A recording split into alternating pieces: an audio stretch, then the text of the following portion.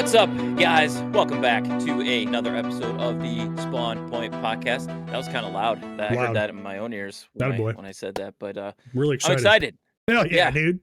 I've fucking been doing cleaning and work all day. I'm excited to sit down and talk some video games with you, my buddy Cam. It's gonna be fantastic, dude. You had the day off, which was nice, but you fucking had a dumpster delivered to your house. So I did. There's a giant 20-yard dumpster in my driveway right now, and yeah, just what I want to do on my days off. But you know, I shouldn't complain because it's been something that we've been needing to do literally since we moved in here. We moved in here like 6 years ago, and our garage is atrocious. Our basement is atrocious. So we are just purging. I feel everything, that, dude. I moved into this house a year ago, and my garage is a fucking disaster. Just shit that either was in here and then got moved out there, or never left there, or what. It just needs to go at some point. But in our case, it just never left. Like when we had movers, we hired 2 men in a truck, and like we're basically like we have a 2.5 stall garage. It's a nice big garage, but we basically were like, put it in the garage, and we'll slowly work on it and bring it back in.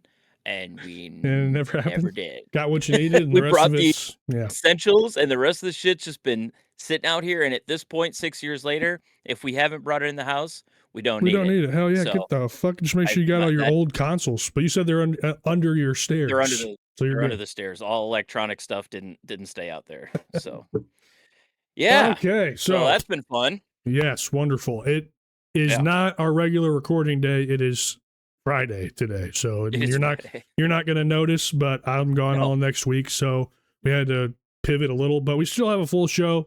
So basically, if any news comes out Saturday or Sunday, we weren't here. So we don't know about it yet. Yeah, you'll probably get a short or something coming. So just wait. That'll be later. I'm sure you will. Anyway, as far as the housekeeping goes, check us out on YouTube, Spotify, Apple, Amazon, and anywhere else. We're on TikTok as well, a bunch of Instagram, wherever. If you look for Spawn Point Network, we are probably there, posting content and all of that stuff. You can get a hold of us through our email, which is what? SpawnPointNetwork@outlook.com. SpawnPointNetwork@outlook.com. Goddamn right it is. So check us out there. If you want to send us anything that way, we would appreciate it. I don't know why I say it like that. That's stupid. But you can send us business inquiries there if you need to. Yeah. For sure. And join our Discord link in the description. We are talking games in there, everything, random stuff. But it's a good place to hang out with the community. Speaking of the community, I just want to take a second to go into Cam's content creator brain a little bit, because we had a little bit of a content pivot that I am trying.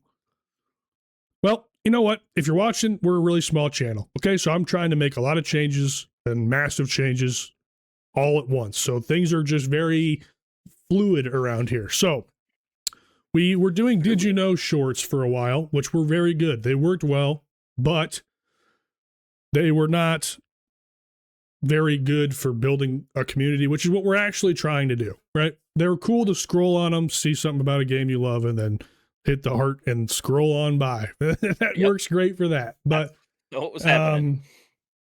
I've switched a little bit, and now I'm covering news, which I think is better, because every news article that I cover during the week goes into our doc, and we talk about it in more detail on the podcast. So it's a little bit more of a through line to what we're actually it's a little bit closer to what we're actually trying to build. So I'm gonna keep doing that for a little bit. I'm not saying Did You Know shorts are gone forever. I want to slow those down a little bit instead of doing one of those every single day. So you've seen this week we did a podcast clip with a short that tied right into the podcast clip. Like, I'm just trying to direct the flow a little bit. So just be prepared. That stuff's always going to be changing around here until we figure out something that works. So for sure. And Jason's going to make some of those too. It's not all going to be me. Okay. That's just, I am. I promise. I know I've been saying this since we started. But I'm going to get more on board with making some of that stuff. Yeah, So I just have more time, and I am yeah. always fucking thinking about stupid shit. So it's just Don't have kids. I Don't don't have have kids. kids. Correct, I don't. I just have a lot of cats. Speaking of cats, I have like a fucking fly infestation going on in here. What? I don't know what the fuck's going on. Okay, and I got all these cats. You would think they could catch flies. It's not I fruit was just gonna flies. say, It's flies, and they're just it's driving me regular flies. fucking nuts. What Yes, the fuck? Our cats will fucking attack and kill yeah. flies. I have unbelievable amount of cats. There I should not know. be a fly in this There house. shouldn't be a single bug in that house. Anyways, Oh, hey, can I yes, totally not yes, game related? Can yes. I Of throw course you something out can. here real quick? It's the I intro. found I found a word that I hate more Oh than boy, partner let's go. when describing. So my wife works with this lady, and she's like 50. I don't know. She's like, I think she's like divorced, and she's been dating again. She's been dating this guy for a while. Doesn't want to get married, Uh-huh. and so they were talking on the phone the other day after their like work meeting, and she's like, yeah, I don't want to get married, but I don't really know what to call him. I feel like boyfriend's weird because I'm older and Okay. stuff. And I'm like, what's wrong with still calling him your boyfriend? Whatever. Yeah, yeah. She's like, so I guess I've just kind of been calling him my man-panion. I was like, Oh, you're jeez. what? You're what? That is bad. That is very She's bad. like, man-panion. I was like, and even my wife on the phone with her, she's like, don't ever say that again. Don't use that word.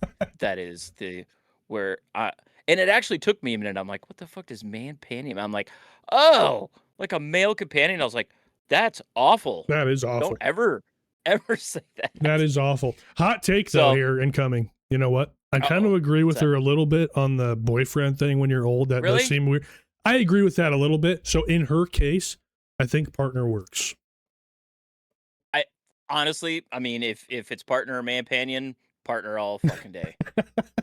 And I'm like, if she doesn't want to get married, I'm like, get engaged without ever planning on getting married, and then it's just your fiance forever. I There don't you know. go.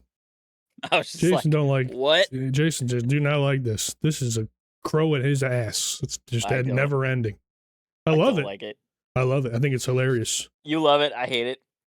You love that I hate it. I love that you hate it because I also don't. I just think that if you're married to a woman of the or a person of the opposite sex, it's Really? not offensive to call them wife or husband, No. which is where this whole thing started, and it's become a running gag. We're all woke. We hate. Yes. Well, fuck. I don't know, man. The fucking Anyway, world sucks. So it does. That's why we play video games. Yeah, that's right. Yeah, I tell you, dude, I'm kind of in a weird way right now because I'm leaving. Obviously, I'll be gone a week. Yeah. So I finished a game I'm going to talk about in a little bit, and now it's just like limbo mode where I'm like, Yeah. I don't really want to start something because I'm going to have to drop it for a week. And knowing me, I get back and then I'm not even going to play what I started. Yeah. I'm going to do something else. So Or I just start it have over. kind of been twiddling my thumbs a little bit. But anyway, Huh. Interesting. yes. But very interesting. I totally get that. I'd be in the same boat. I'd plan on something on like your Steam Deck or something if you're gonna take that. I got plans for that bitch on the flight. There you Don't go. you worry. There you I got plans. Mm. All right, let's talk about some games. I think we covered everything we need to. Um, And then some, yes. I think our intros are like people, I don't know, people like us bullshitting about dumb shit too, so it's all good. It's part of That's it. why I wanted to throw that Yeah, in there hell too, yeah, just because it's part of it. it's been bugging me. I heard about it the other day. Mm. Actually, the day that you stopped in Yeah. to bid, Yeah. I had heard it the night before. I'm like, I'm gonna save it. I'm not getting I'm that gonna save it bitch for the either. Motherfucking son of a bitch. You're not? I think Van Sickle's gonna get it. I think he bid both. So he's gonna have the option to take either 32 or the swing. And if he takes the swing, then I won't get it, obviously. And then I didn't bid 32. So I'm not going to be the highest bidder on that either. So if Van Sickle, for some reason, wants one route and wants to take 32, then I will probably get the swing. But I'm not going to like reach out to him and be like, hey, bro, do me a solid. Take 32, give me the swing. I'm not doing that. I mean, it's his choice. Right. He was hired before me, but it still fucking sucks. Sucks. Well, and then 32, I know that like Koenigsfeld bid it too, Yep. He's so below me. he's below you. Van Sickle's Okay. the only one above me. Come on, dude. Eh, I don't blame him. What's up, I dude? know. I guess I don't either. It's the way it works at the old PO. Yep, it is. What a joke. You gotta, I mean, I don't know. It is what it is. That's unrelated too. All right, let's talk some video games here real Let's quick. do it. Not real quick. We ain't Not no real hurry. quick. Not real quick. We got some games to talk about. Starting off this week, League of Legends Classic. So I guess I finally have the opportunity to talk about League of Legends in full, but we're not going to. I'm not going to go into, this is going to be relatively short, but Okay. League of Legends Classic finally dropped, and basically what it is in the main League of Legends launcher, but it's a separate tab, and it is replicating League from 2010. So Weird. it is like it's like their version of World of Warcraft Classic, Yes. or That's what I was expecting. RuneScape, old school RuneScape, or whatever. Yes. It's their way of capitalizing on it, and it's complete and utter pure nostalgia bait. It's 100% what it is. The problem is there is no IP that I am more nostalgic for than League of Legends, because I have played this since 2009. So like, Right. this is kind of what I remember this back in the day when Summoner's Rift used to look like this, and when your character models were much shittier back in the day, and there was a lot less like crazy mechanics and stuff like that in the Right. game.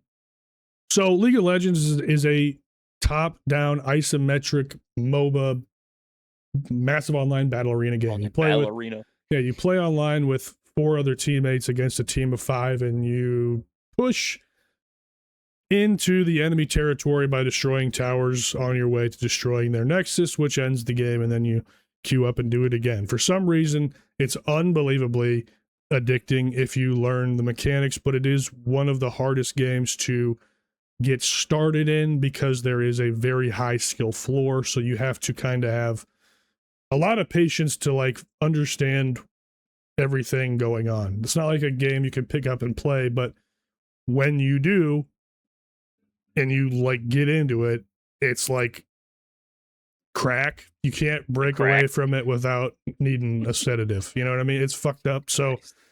but it just kind of is what it is. But I've, loved this franchise for the longest time. I devour any League of Legends related lore I possibly can get my hands on. It's just one of my favorite IPs, despite the fact that this game is the most toxic game ever created in the planet of Earth. It is What you literally, said. yeah. Even this, like, even you would think like this is like for all us old heads that like remember, right? And we want to experience it, but Mm-hmm. immediately you have people getting pissed about shit not being done right in these lobbies. It's like, dude, you cannot get mad at people for just playing this mode. Like, it's just a mode that we can all enjoy. Like, it shouldn't be taken as seriously as people do, but like even in these Right. lobbies, you're getting decimated with fucking insults for making minor mistakes. It just doesn't make any sense. But anyway, Oh my god. the main things that you're going to notice, if let's just say you started League of Legends in 2012 or 2014 or whatever, which is still modern era League. Obviously, it's come a long way since then. But what you'll notice in this is there's a lot of differences as far as, like, the game has gotten very much more complex over the years. So Yeah. the way that the towers work in Modern League is there are segmented breaks in the tower. So if you break, I think there's like 5 or 6 segments. If you hit one segment and crush that segment, you get a gold bonus. That doesn't exist here. So it's just one tower. You got one tower. You got to take the tower to get any gold advantage. Another main thing that you'll notice as well is dragons in this game, which is a massive objective.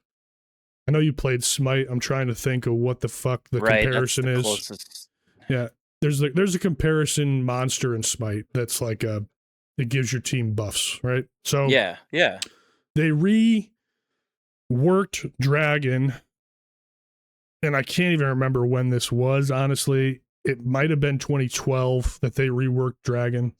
But in 2010, which is where this game, where the classic mode is sourced from, Dragon only gives you 200 gold. Doesn't give you any boosts, doesn't give you anything else. Like the current Dragons give you a bunch of passives and stuff like that. So Dragon is incredibly important in Modern League, and in this, it's Right. like basically And don't what does even gold wipe. do? So yeah, it's a good question. So you use gold to buy items. So Okay, that's what I assumed. 200 gold is wiping your ass. I mean, that's 10 minions, basically, if you want to look at it that way. So it's not really that important. So Dragon is not a super priority in Uh-huh. League Classic.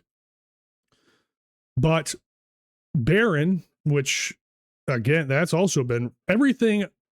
I don't want to keep repeating myself that everything has changed, but literally everything has changed when you play this. You Yeah. realize everything has changed. There are 3 phases of Baron in modern League of Legends. You have grubs, void grubs. Yeah, they're grubs, I guess. And there's 3 grubs. You go Yeah. kill the grubs, and they give you boosts. Then you have Shelly, or the Rift Herald, which is a crab, smaller version of Baron. And then finally, Baron spawns. In Classic, there is no thing other than Baron. So Baron spawns, I think, at 15 minutes, but until then, Baron Cove is empty.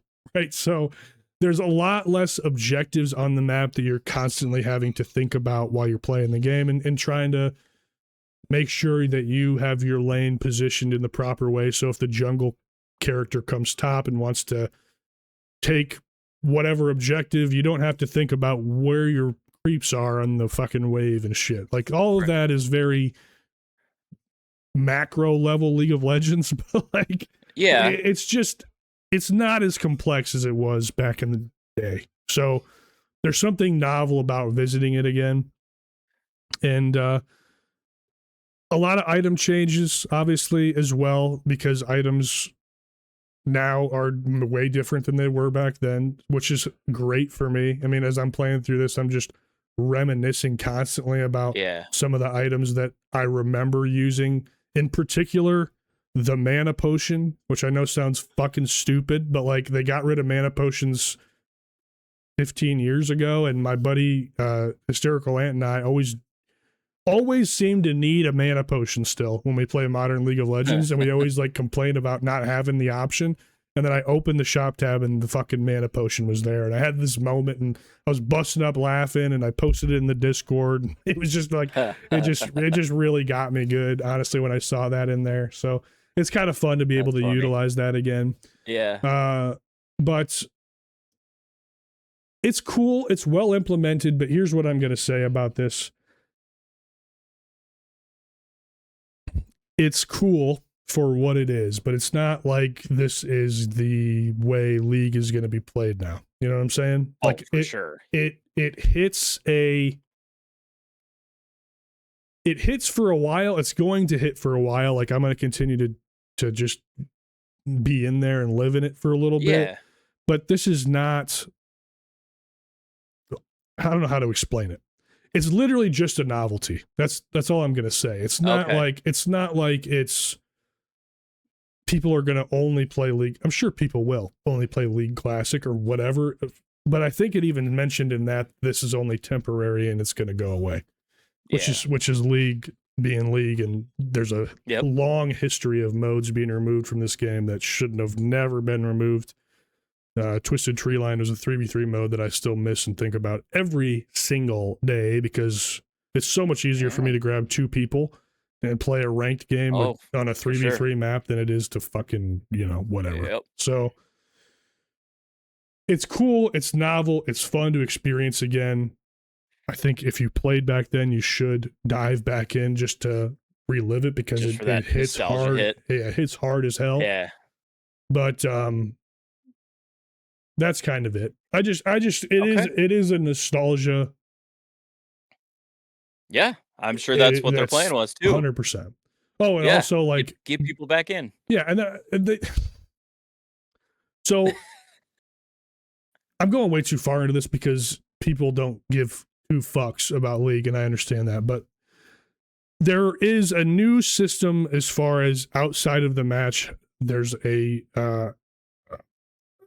mastery system, like they're called like keystones now, and you can change these depending on what champion you play to give your champion certain boosts and things like that.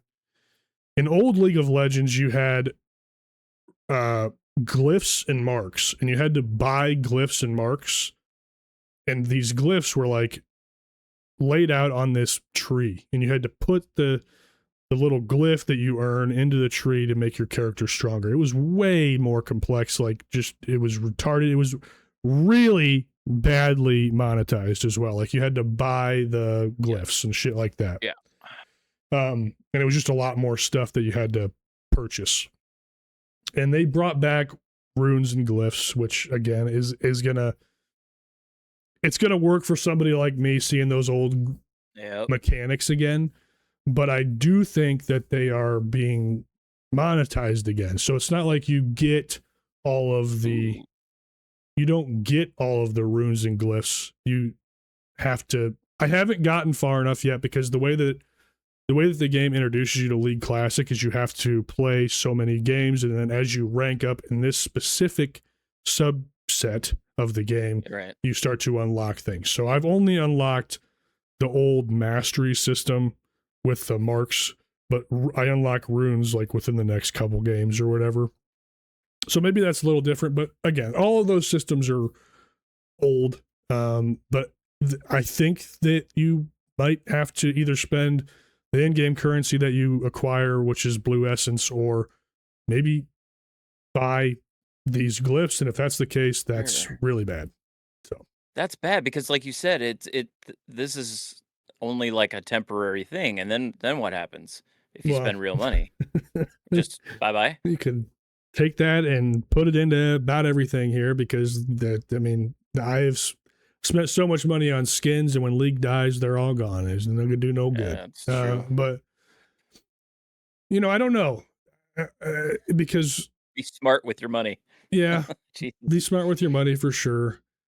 And they might do like ranked ladders of League Classic, and that's where things get a little complicated for me, because you do have the roster from 2010 here as well, which is way smaller than I was going to ask about that too. It's way smaller than the current roster. Of course, I love my Timo, and he's been around since 2009, so he's in here ready to roll. Yep. Yeah, it's a much smaller roster. So I would almost like it to be structured in the same way that WoW Classic did it, where they kind of did a reset more than like a classic thing. So like you have where it's at now, and they just progressively kind of update it, just like how they did back in the day. So let's just say the next champion comes out or whatever, and then they just modify League Classic to that next step. You know what I'm saying? Like, so I think so. They like kind of instant, like slowly kind of update it, and I don't ever want it to get back up to modern League, but like give us a few more champions, and like then update this game to have all of the same patch notes that it did when that character came out. Right. Okay. Up to a point, though. Like, it's still got to be classic. I mean, you can't have fucking Kazen, or, you know, a Kahen, or Za, whatever his name is. There's so many fucking names in this game now. But you can't have like the most recent champion be in here ever. It's never going to work. You cannot do it. The game isn't built for it. So I think that would be cool to go up to a point and keep it going. I don't know how that would work. Yeah. But I would like that. Anyways, that's it. I've talked about this way too goddamn long. It's League. Is the viewpoint pulled out farther? Or is it just because it's not as like detailed? No, I'm just a bitch. So I play lock camera. Most people will play this game with the camera unlocked, and they'll move the camera manually. But I play this game lock camera. That's why this video footage is stupid, and it looks like I'm like in the top. It's not zoomed out more than a normal game. It's okay, just, that's what I was wondering. Yeah, it's just this map is so low poly compared to the current map. The Right. lanes are much, so it probably gives you the illusion if you've seen Modern League, which it sounds like maybe you have based on what you're I saying, because have. I see what you're Yep. saying. These lanes are so much tighter and narrower than they are in Modern League. Okay. You know what I'm saying? So Right. like Okay, that there's makes sense. they just changed Summoner's Rift, the map, where the mouths to the lanes are very wide, which gives the jungler a lot of it gives them more space to be able to gank a lane. And when you play this, the mouth is like this fucking small, right? It's so small, because that's how it was back in the day. So I just Sure. think it's kind of a little bit of an illusion because the lanes are That's what I was so much wondering. smaller than Yeah. what you're Yeah. used to seeing. Dude, you just said some terms that I've never heard before that maybe just gank a lane and whatever else the fuck you said. I'm Yeah. like, is that league talk or Mm. Yeah, that's league talk. There's a whole class, okay. a jungler. He just roams the jungle, and his whole goal is Maybe that's to the other one. Yeah. the whole goal for that class of characters is to fuck with the laning characters. So they come in for a 2v1 attack to kill the other guy. That's their whole objective. So they live Okay. in the empty space and fuck up the game. Okay. Well, Anyways, you've said to me and actually a lot of people out there that you'd be like, if you haven't played League, don't, yeah, I you don't know? think you Like, should. I and yeah, I don't really, think you ever have to worry about that yeah, with me. I would love to show you someday, but it is a trap. Like it It is an is just like, absolute trap. oh my god, there's so much like actually going on behind the scenes and I'm like, I'm There is a good. lot. There's a lot, but God, there is, like I've also said, and I still am going to say that you shouldn't play it if you haven't, but there is no better feeling than fucking destroying in League of Legends. When you are Yeah. having a good game, there is no comparison. It is Huh. unrivaled in how good the game can feel, and that's the hook. That's what, like, Yeah. I can see you it. have just one of those moments. Like that's how I hooked.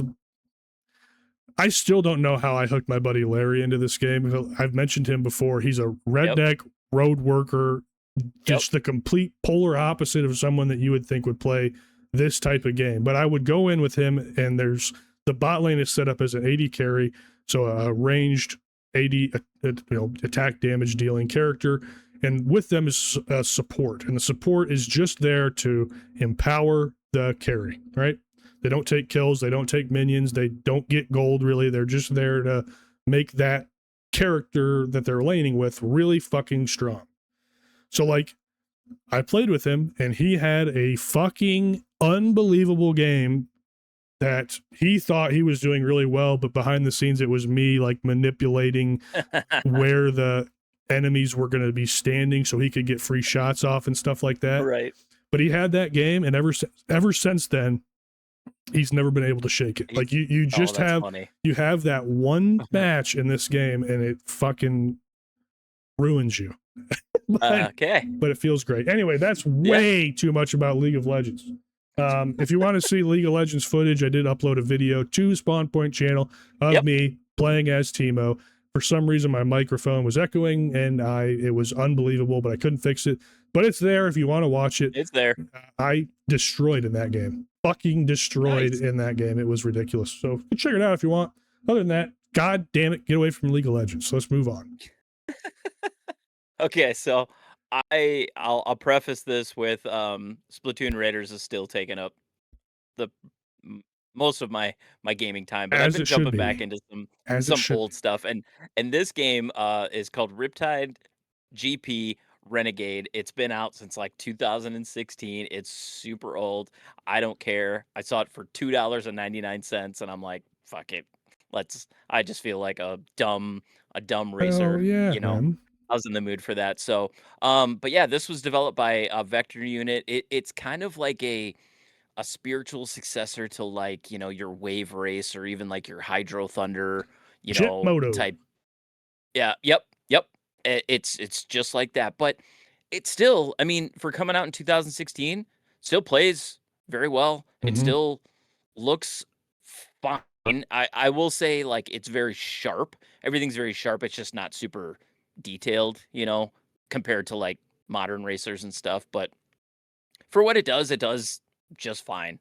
You can kind of shut your brain off and play this game. Although I will say it's a little bit more challenging than I thought. Not in the sense that, like, the racing is hard, but, like, some of the objectives and stuff that they throw at you kinda early, like, I've had to redo, you know, a few races because I wasn't quite hitting like, there's, on top of regular races, there's also, like, you know, kinda time trial things, there's only a few of those, but then there's also, like, trick modes where you basically you're by yourself on these tracks and you have to, you know, set a trick score. There's like a trick score limit or whatever, and the guy in first is always like way up there. I mean, you have to hit every jump and you have to pull off it something above like a just an average trick. There's like your basic tricks and then there's like your advanced tricks. You almost always have to pull off the advanced tricks in order to get enough points to get through and beat the guy in front. And I had to redo, you know, a few of those and stuff to, you know, to get my score counter up there a little bit higher. But yeah, it plays fine. It's a nice dumb racer, and you know it's fun because it's different than anything that's like set on asphalt. You Yep. know, you have the water physics and stuff, and like some of these tracks have like machinery that like moves the water and it creates like waves and stuff, and you have to kind of, you know, it kind of remind me a little bit sometimes of like oh, I don't know, like a trials or type thing where you have to kinda you have to hit that, and then you wanna come back down on, Hmm. like, the downslope of a Yep. wave and stuff, otherwise you hit the top and you kinda, like, you know, you lose some of your speed and stuff, so that part's fun. It just kinda mixes things up, a little bit, but, like, for coming out in 2016, like, these wave physics still like work. Like they're still pretty well done and stuff. So I also really like like the kind of customization of like your bike or whatever the hell you want to call it, jet ski looking thing. Not so much in the like the look of it because they kind of you can just kind of color palette swap, you know, certain things. You can add like decals. It's pretty simple, but like there's a full upgrade mechanic for every single of these bike things that you have. You know, you've got your top speed, acceleration, your boost, and your handling. I just it went deeper than I expected, and I really liked that. Yeah. There was races that I was getting into that like I could tell maybe I should go back and get a higher score. Like they're everything's rated on like a 3 star. You know, if you get third, basically you get a star. If you get second, you get two. If you get first, you get three. Same way with like the trick modes. You know, if you come in third, you get one. It's this is the same thing. So I found myself going back and trying to 3 star everything just to get enough credits and stuff to upgrade my racecraft to kind of progress. So um yeah, I just it doesn't like just let you go and like, yep, you're good enough. Just move on to the next one. You really do kind of have to, you know, try to get the best position that you can in order to really take advantage of, you know, getting through the rest of these tracks. You know, eventually it'll get to a point where you're just not powerful enough, and I don't want to call it like a grind, but like it just incentivizes you to go back and try to do a little bit better on each track. So Sure. um yeah, there's not a whole lot to really go into too deep with this. Every once in a while, certain tracks have like police that are on, and they'll slam into you and try to take you out, slow you down. So I thought that was kind of a cool little add-on thing, something that really didn't even need to be in it, but thought it was fun. Yeah. Lots of tracks, lots of bikes. I keep calling it bikes. I don't know what the hell else to call them. It's like you're riding a bike, but on water. But yeah, it's like a Um, jet ski. I mean, that's the closest thing you it's can. basically a jet ski. Yeah. Yeah, yeah. A super So, souped up jet ski. souped up jet ski. Yeah, and you have to like when you do these tricks and stuff, um, you you kind of have to make sure, like, if you plan on pulling off like an advanced trick on top of one of these jumps or the top of one of these waves, you have to kind of know like how long the animation is for each trick, because if you don't pull the whole thing off in time, then when you land, then you Hmm. wipe out, and there's this funny like ragdoll physics. Your guy just goes like flying Yeah. off the jet ski and stuff. So, yeah, just, there's a little bit of skill in here if you Sounds want to like put it in there. sounds So like it's hard from what it you're just, saying. yeah, it just can be. It's just a little bit trickier than I thought at certain times. And I actually kind of like that. It's not Yeah. like I said, it's not like easy mode from race one. You got to put a little bit of thought into what you're doing on some of these Yeah. tracks. So I mean, I yeah, think, that's Riptide GP. yeah. So it's one of those. You and I play racing games a little different, and we've never really talked about this before. But I am kind of a OCD psycho schizo dude when I play a racing game. I do restart until I finish first. I know you Yeah, don't do no, that. I know you I don't. I I can be like that. There was just, after like 2 times and not quite getting it, I would move on to the next one, and then I would sometimes coming back after not playing it for a couple tracks, I find myself doing better. Like, if I Mm-hmm. just keep trying to retry, I sometimes do worse than if I Oh, okay. just put it aside for, a couple races and then go back to it, and that's what I was doing with this, and it just seemed like every time I went back, I would perform a little bit better Uh-huh. than I was. So, I don't know. No, that's cool. I just Yeah. that's like my that's my gameplay loop with arcade racers. Usually is that Mhm. like so it sounds like it's just designed that it's not meant to be abusable, I guess is maybe the word I would use, where Right. That is. they want you to Yep. actually have a little bit of tension no matter what. And I think that's a decent philosophy because Yeah. there are arcade racing games that are just dumbass easy. You know what I'm saying? Oh, yeah. Yeah. So like this is maybe trying to change it up a little bit. So It is, and I like that it's trying to do that just a little bit. yeah, It's pro not, tip. like, insanely hard, it's just Yeah, obviously, but yeah. pro tip for those of you maybe not into racing games but want to get into it a little bit, make sure you like finish the race out even if it's terrible because that's how Yes. you do get like really good moments at the end of races. Like if you just like oh fuck, I'm in third, I'm just going to restart on the second lap or whatever the fuck, you're just Yeah. taking away a big part of the fun in my opinion. So it is worth at least still running races out unless it's really bad. Obviously, then you can Oh, restart. yeah.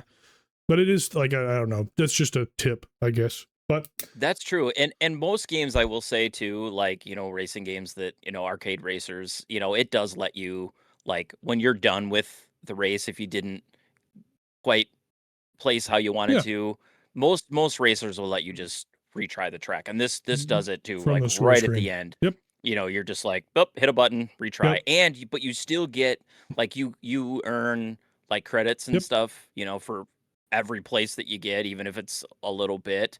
So, those still you still get that stuff, and then you could still retry it and still keep the money that you got for that Right. race, so I thought that was kinda cool. Yeah, that's super important. Yeah. it's just yeah. These games are designed like in the result screen. They'll have a button for you to go back. Like that's Yep, just how these are designed to be played.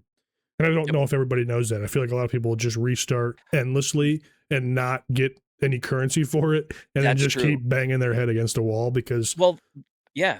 That and, like, certain racers, like, this doesn't really have, like, XP, I wouldn't say, but, like, there are arcade racers that, like, even if you don't place as good as you want, like Cam said, just finish it out and get something out of each race and then go back yep, and retry it. Every time you just reset, restart, you're losing out on all that stuff, and you're learning the track too, like, even if you're like, "Okay, I know I'm not gonna win this, but I'm gonna try to, like, get to the end. Maybe I can take these corners better," you're just learning, how to play the game a little bit better every yep. time, so And that's just overall racing game topic yeah, discussion stuff. So, yeah, for sure. for this game in particular, though, I just wanted to know, you said you're going back to get first because you need upgrades. So, do you think there's ever a point where you can get too quick, or is it really paced very well that the whole game is probably pretty challenging compared to some other games in the genre. Okay, so what I'll say to that, and this kind of goes back to what you said about like kind of being a little bit of a perfectionist. Like I think I can probably I if I just push through, even with only getting 1 or 2 stars on some of these tracks, I think the game will let you keep Go. going. Gotcha. I just want to be at the top Yep. of every time I'm going on to the next, like, because there's all kinds of, like, different championships Yep. in this. I kinda like how it's, like, laid out, like, you'll go through, like, a few different championships, and then you have, like, a boss kind of which is, like, the best racer of this, like, area or whatever, and then you beat them, and then you move on to the next, championship, but yeah, you'd be able to just continue and just kinda be like a, "I just always come in 3rd" type, racer. It'll let you continue, I'm not satisfied with that, Yeah, so no, no. that's why I Not had to in this keep type of game. keep Yeah, like going this back. is No, yeah, yeah, not in this type of thing. no, So no. I'm gonna pivot a little bit because like you said, there's not a Have whole you lot. played this, by the No, way? not this. Have you ever Not okay. this. I mean, I've played so many arcade racing games There's so just many like it. like this, Yeah. yes. It's like I know exactly what you're You saying. know what this game is, yeah. Speaking of that, don't you fucking miss these? Yes, just a arcade Yeah, what the fun hell happened to they're them? gone, dude. They're Dude, gone. one of my favorite games, maybe hot take, but like Arcade Thunder, like the arc or Hydro Thunder, Hydro Thunder. the arcade port that they put on like 360 and Yes, shit. That game 360. fucking It was so rules. fun. Yeah. Like It's where are just fun. they? I They're don't even they're think gone. indies are doing it, bro. No, they're My really AC went not. off again and it's so quiet down here. I keep getting the Oh, heebie that's weird. jeebies. It's so Yeah, weird. mine's running right now. Yeah, I'm like, keep getting the heebie jeebies. Anyway, that was I just wanted to like like even if you play like I play the crew motorsport, which we talked about before too, or not Mhm. even motorsport, just any of the crew games, Just the and they cruise, have yeah. like the boating in it, but I don't like it as much as I like Hydro Thunder. No, no. What's the difference? Have you noticed so, like, the Crew 1, like, it was pretty Rip, balanced between, rest and piss, crew one. yeah, exactly. But it was pretty balanced in, like, you've got your car, your road tracks, you've got your, like, plane events, you've got your boating events. There was, like, almost equal of all of those. The Crew 2, there was, like, 10 boating events. Yeah, Like, they just were like, "People don't like these." I'm like, "Well, I thought they were fun, but you're totally right that just the boating physics and stuff just wasn't quite there." I don't I know. They don't know. tried I to mean, do too much, I it was think. in motorsport too, but Oh, it was they have like different boating disciplines in motorsport and stuff, oh, which is weird. the hovercraft, the Yep. jet boats, oh, yeah, there was all it just they just really scaled them back. Not that Yeah. it like I said, they weren't, like, the best, but I kinda missed having a little bit more Yeah, yeah. I agree with you. of those. I agree with you. The I just hovercraft, man, that stuff was tough. that shit Like, those is things just I had a didn't problem with the control. damn jet boats on the little I like liked the jet boats. flooded shit. I hated that Yes. shit. I sucked at that. But yeah, it just sucks. I mean, this is the genre. This is fucking gone. Like literally gone. Like they don't Do do you these think that, anymore. do you think that, like, some developers, like, look at this kinda stuff like, "Oh, people have moved on." Like, this is, like, dumb brain people stuff. Like, Yeah, I don't know what it is that, like, you just don't see this stuff anymore. I don't Are we in know. the minority that we'd like to see more of this stuff, or I what hate is to it? think that we are, but maybe we are. I don't.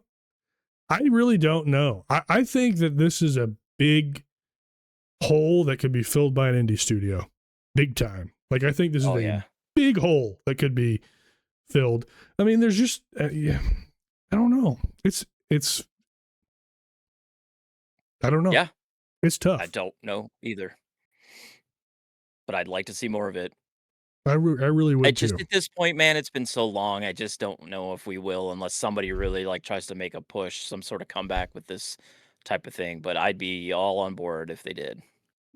I think it's going to continue to get louder because all we have is Forza. Like I Mhm. know that people like Forza, and that's great. Like I like the Horizon games too, but like there used to be so much diversity, and I think Mhm. eventually people are going to get tired because no matter what you say, Forza Horizon 6, as good as it is just pretty much the same game as Forza Horizon 4 in a new environment. I mean, they literally are carbon copies almost.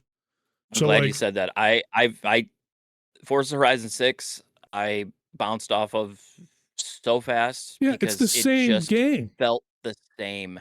Yeah, I mean, I played the shit out of 5, and I was playing Motorsport along at the same same. time as I was playing 5, and I know, like, we talked about this, and you're like, "Man, how do you do that? The racing's so different," and it is. It just I liked the kinda switch up, but, Yeah, yeah, like, jumping into 6, I was so excited, and then I just I was like, "I feel like I've done all yeah. this You're before," playing 5 and again.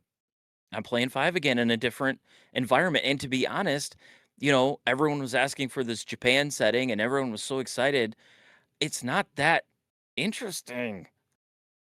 It's Damn, you really got some not. hot takes, baby. I love It's this just side of you. it's people and I'm not the only one that said that. I've heard of people being like, "This isn't as Japan as I was hoping Yeah. it would be." It's like, and I've never been to Japan, but like I played enough games set in Japan that I kind of have an idea of what I'm getting into, and it just did not feel Japanese enough, I don't think. But Interesting. See, that's whatever. I can see it though. I mean, but it's gonna be a compounding issue because the motorsports game or the Horizon games are good. I'm not gonna say they're not good, but Oh, they're getting stale, and the reason they're they're getting stale. stale is because there is nothing else different in the racing genre. There's nothing else unless you go back and play old arcade racers. So if there was still an influx of those games, then the motorsports games would probably feel a little bit more novel for from release to release as opposed Right. to literally this is all we have. You know what I'm saying? So, Yeah. Yeah, that's true. That's kind of sad. I was watching a guy play Project Gotham Racing the other day. dude, love that. I'm like, "What the fuck? That's great." OG Just Xbox. Yep, he was just like, "I'm playing Project Gotham Racing," and I'm like, "That's cool, man." Fuck yeah, that's cool. Anyways, the racing Alright. genre makes me sad, but we love it. But I it love does them. make me sad still a little Mhm. bit. But there you go. Check out Yep. Riptide GP Renegade on PlayStation, Xbox, PC, and a Nintendo Switch. $10. Jason got it for $3. $2.99. It's always on sale. This is one of those that was on my I just threw it on my wish list. My wish list has, like, 90 games in it. It's pretty ridiculous, but, like, I get notifications when Yeah, things go on sale, gotta and do then it. this was, like, Gotta do it. $2.99. I'm like, "Alright, let's give Gotta it a do it. shot." Gotta do it. Yep. My Steam library is that long too, but I go in and purge occasionally sometimes. I'm like, I I just just did gotta the get other rid of the day. I'm like, fucking there's shit out so of here. many games in here that Yeah. I'm not gonna play, so um, another shout. This is a this is a great genre to fucking put music onto in the background or something. Oh, yeah. Like you don't have to like give it your all, and sometimes that's great. Yep. Yep.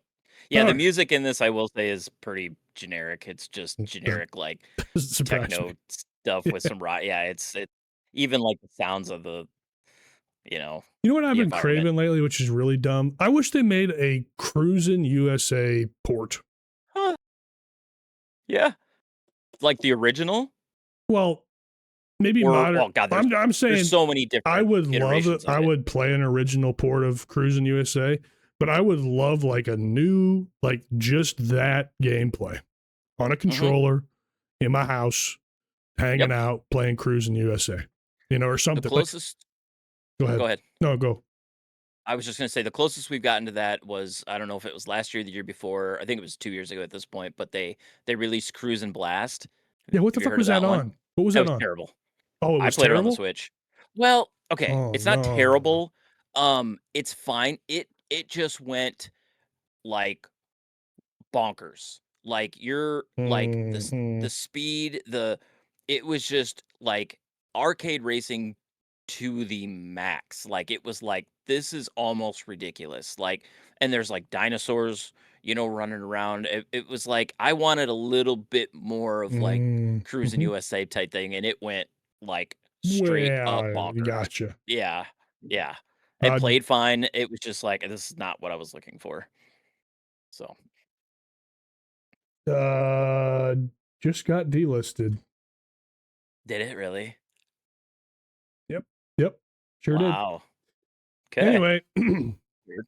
yeah, I think I've actually seen someone play it and I thought it looked kind of, I don't know, whatever. This is way off topic. It's just goofy. Yeah, It's too goofy. too goofy. Interesting. I like Goofy. I might have liked that game, but now I'll never know because it's fucking delisted and it was only It's on the gone. goddamn Switch. Yep. Moving on. You Yeah. ready to go? Yeah. Okay. I'm glad I talked about how, like, I knew about this game. But I just didn't know too much about what it played like, so I'm glad you're talking about Uh-huh. it. So I played through Catherine finally. This is a game that I've wanted to play forever because it just seemed so weird. And it is absolutely fucking weird. But I finally, I guess I don't know. Nothing's come out that's really grabbed me, so this has finally hit the mark or whatever. But anyway, I don't even know where to start with this. It's a game where you take control of a character. Well, let me preface by saying the intro of this game takes place with you sitting at a really high end like theater, Okay. and you talk to this lady that is presenting the show. And like it does it very quickly, but it all ties into the meta narrative of this game that I asked everybody on YouTube to give me advice if you wanted this game spoiled or not, and it was fucking crickets. So I'm just gonna spoil it because the Discord said that's what they wanted me to do. So we're gonna go into the meta narrative, but that little key is kind of important to where the game goes. So we'll get back to that. But you play as Okay. Vincent. And Vincent is in a situation where he's dating a girl named Catherine, and Catherine starts to put pressure on Vincent because they've been together a while. I guess he's never met her parents. And so she kind of puts a little pressure on him as far as taking their relationship to the next step, so to speak. Okay. And it So this you have to game is climb so, towers to impress her? we're What the getting fuck is there, going god on damn here? it. Yeah, I know. So What is happening here? so anyways, it basically puts a lot of pressure on Vincent, who I believe, I guess, is just kind of a shut-in and doesn't really, he's not a guy that's for commitment. Let's just put it that way. Okay. So he starts having nightmares. Okay, so all of the gameplay that you're seeing, the puzzles, this is just me on one level failing over and over and over and over, which you do in this game. But everything that you see here, puzzle related, is a nightmare. And throughout the world of the game, essentially, men who have a lack of commitment are starting to have these nightmares. And if you die in your nightmare, you die in the real world. So you're trying to survive your nightmares to get to the next day. Okay. So that's the premise of the game, okay? So that's kind of what you're doing, I guess, is you have these things. But throughout your nightmares, you're constantly you're dealing with Catherine attacking you, and then your girlfriend Catherine tells you she's pregnant. So then that night, your unborn fetus attacks you at the end of the stage, and then My like Lord. it goes all over the fucking place. But Vincent also starts cheating on Catherine with Oh, a Vincent. succubus, also named Catherine, but Catherine with a C, and his girlfriend is Catherine with a K. So you're constantly, so the way that the game is structured is you wake up, you go to the bar, and at the bar you have all these NPCs that you talk to. There's a bartender who goes by the name Boss. You have a group of friends that are always with you at the bar, and you drink at the bar. And if you drink 3 drinks, you'll be faster in your nightmare. So you basically try to get drunk every night. So you're at the bar getting drunk, and you're talking to the other bar flies that are kind of around there. There's like a police dude. He's a fat policeman in there. There's like a bunch of couples come in, and they all have problems. All the couples in this game have problems for one reason or another. But you kind of talk to all these characters, and while that's happening, you're getting text messages from Catherine with a K and Catherine with a C that you're responding to periodically. All right. So the main tension point from the player perspective is you're wanting to stay loyal to your girlfriend, Catherine with a K, but Catherine with a C just kind of keeps fucking showing up. Like, she texts you like lewd pictures, and every morning she seems to always be at your house. No matter what you do, you don't lead it on or whatever, she's just there. So it's like Vincent keeps putting himself in a bad situation without the player's input, right? So it's weird because you're trying to balance these 2 relationships, and you want out of one, but Vincent keeps fucking that plan up for you because he keeps inviting her over or whatever when you're unconscious or whatever. So this is fucking absurd. Anyway, so you're at the bar, you're drinking your beer, you get hammered, you go home after you talk to everybody, then you have a nightmare, you do the fucking nightmare gameplay element, you wake up, and the whole fucking thing starts over again with different narrative problems, right? And that's it over and over and over for 9 nights, basically, is how the game is structured. But what the game is doing is it's telling a much more broad narrative. Basically, the meta narrative is solely focused on the fact that you have in life, you can make choices. And the way that the game structures the choices is you have order or freedom. So if you follow the path of trying to maintain your loyalty to Catherine with a K, you go down the order path. And as you make decisions, there's a bar, and order is blue and freedom is red. Okay, so as you're going through the game, you're making choices that changes the bar, and that will influence how Vincent interacts with the characters in the real world, not in the nightmare world. So the whole game is telling the story of how you have choices as an adult, and if you decide to take a layman's route and not make any decisions, the world's going to make choices for you. So that's like the meta narrative of the game, which is kind of novel to try to tell that story. Yeah. It is too clusterfucky in this game, though. I mean, what the fuck is going on? So anyways, at the end of the game, it comes back around and you realize that you, as the player, were making Vincent's choices for him. So it uses that against you. It breaks like the fourth wall and like exposes you as the person that whatever led Vincent down his path or whatever. Okay. So it does tell like this is probably, I don't know if that any of that made sense, but that's the meta narrative to the game.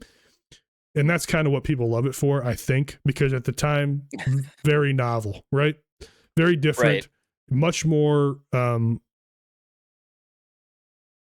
2011, game narratives weren't like they are now, where they were telling complex stories, and this undoubtedly is a very complex narrative, right? So I think that's why this game gets the love that it does.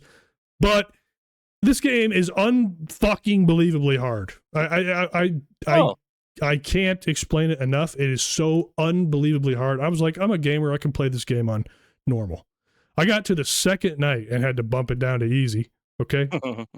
2 nights in, that was like the fucking beginning of the game, maybe 2 hours in, I had to bump it down to easy. I haven't even talked about the gameplay. The gameplay is you're climbing a tower and you have to pull blocks and build a staircase to climb higher. That's the whole purpose, okay? And there's no skills or anything. The gameplay remains the same no matter what. You just end up either you're going to get better at how the puzzles work or you're going to suck like me and never really make any progress. So it's literally just a push-pull puzzle of blocks on this big grid that you try to climb, and that's all you do throughout the nightmares. But anyway, the game is very hard. So at night 2, I bumped it down to easy, and then when I got to night 7, I fucking had no choice. I had to look it up. And I know that that's like the whole point of the game is like you want to struggle through the puzzles and shit. And I never use guides. And especially in this type of game when the guide is literally just going to tell you how to pull and push blocks to get where you need to go. I had no choice. I was not fucking tolerating it anymore. So I finally just looked it up for night 7. After that, I played the game without guides. So I don't know if it was just a really bad night or whatever, but I got fucking hard stuck. So just know that going into it. But anyways, this game is so goddamn confusing. I don't even know where I fall on it. I'm happy I finally played it because it's always been an oddity to me that I wanted to understand. But I don't think I would ever recommend it to anybody. I don't think it's... I just think it's too hard, and it also is telling a narrative that I just don't relate with much, to be honest. It didn't really work for me. It will work for some folks. It just didn't really hit for me that well, basically. Wow. But that was a story and a half for me to still be like, what? yeah, there's no way for me to fucking make it make sense. There's no... I mean, it's impossible. I thought, okay, this whole tower, this nightmare thing, like, this is new to me. I've seen some Catherine stuff, but I must have just glossed over this or something. Like, I knew that it was weird. I knew that it had a story. I kind of knew a little bit about what you were talking, but I didn't know the game played out in his nightmares. I didn't know it was like almost a puzzle game in a sense. I thought it was like a narrative driven Nope. game. It's a brutally fucking hard puzzle game. That is what Catherine is, gameplay wise. Thank God. With the narrative that you've heard about. But it is dude, it is unfucking fathomably hard. I don't know why on earth they made this game as hard as they did. People probably love it. If you love puzzle games, you're gonna be banging your head against your wall and loving every second of it. But I fucking despised it. Yeah. Okay. It's possibly the hardest game to talk about on a podcast. I tried my fucking best, but like it's like it's unbelievable. And you know, if someone happens to listen to this and they love Catherine, they're probably gonna think less of me or whatever. But like I don't know how else to explain it than the way that I did.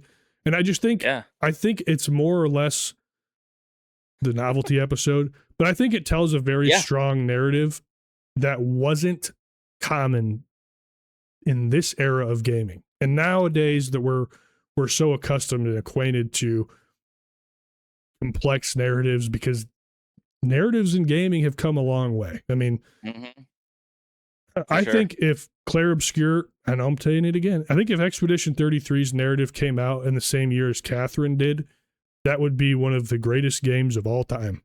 You know what I'm saying? Because it's just it told a very good story. Oh yeah, and at this time that wasn't the norm. So I think that's why this game. Shit. I mean, it's almost like a precursor to Telltale games because it is so narrative driven, and you are making narrative choices throughout the game. So there's like a lot of really cool elements and things like that are in here. I just don't know if it. Maybe I'm just trying to say it's not as good now. I don't know. Go ahead. What were you going to say? Shit. No, I don't remember. I don't remember. Okay. I think I was just gonna say like I thought I was gonna have questions after this, which I think most of you actually answered, but this is just not what I was expecting. What are you playing this on? PS3. PS3. That's what and I thought. Got lazy. I have a capture card for my PS3. And it's been months, and I just refuse to fucking plug the goddamn thing in. So I recorded this on my phone again. Yeah. But wow, it was 15 hours. Really? Long game, and it's 15 hours of doing exactly what you're Of looking at. doing this. Yep.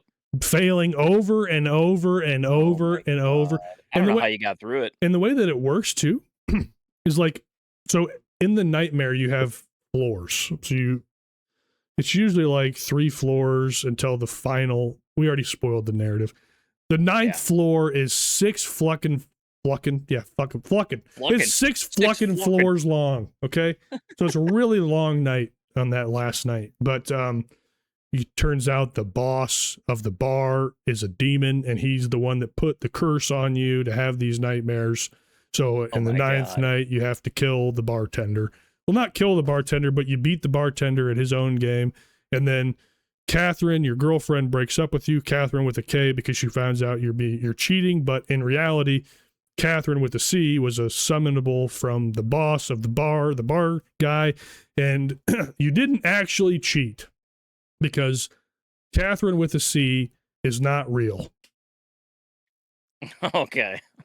So you never Dude. like experience a fucking sexual moment in the game. You always just wake up with Catherine with a C naked next to you, and then you find out you never actually slept with her, and that she was just a succubus summoned by the demon bartender. Okay.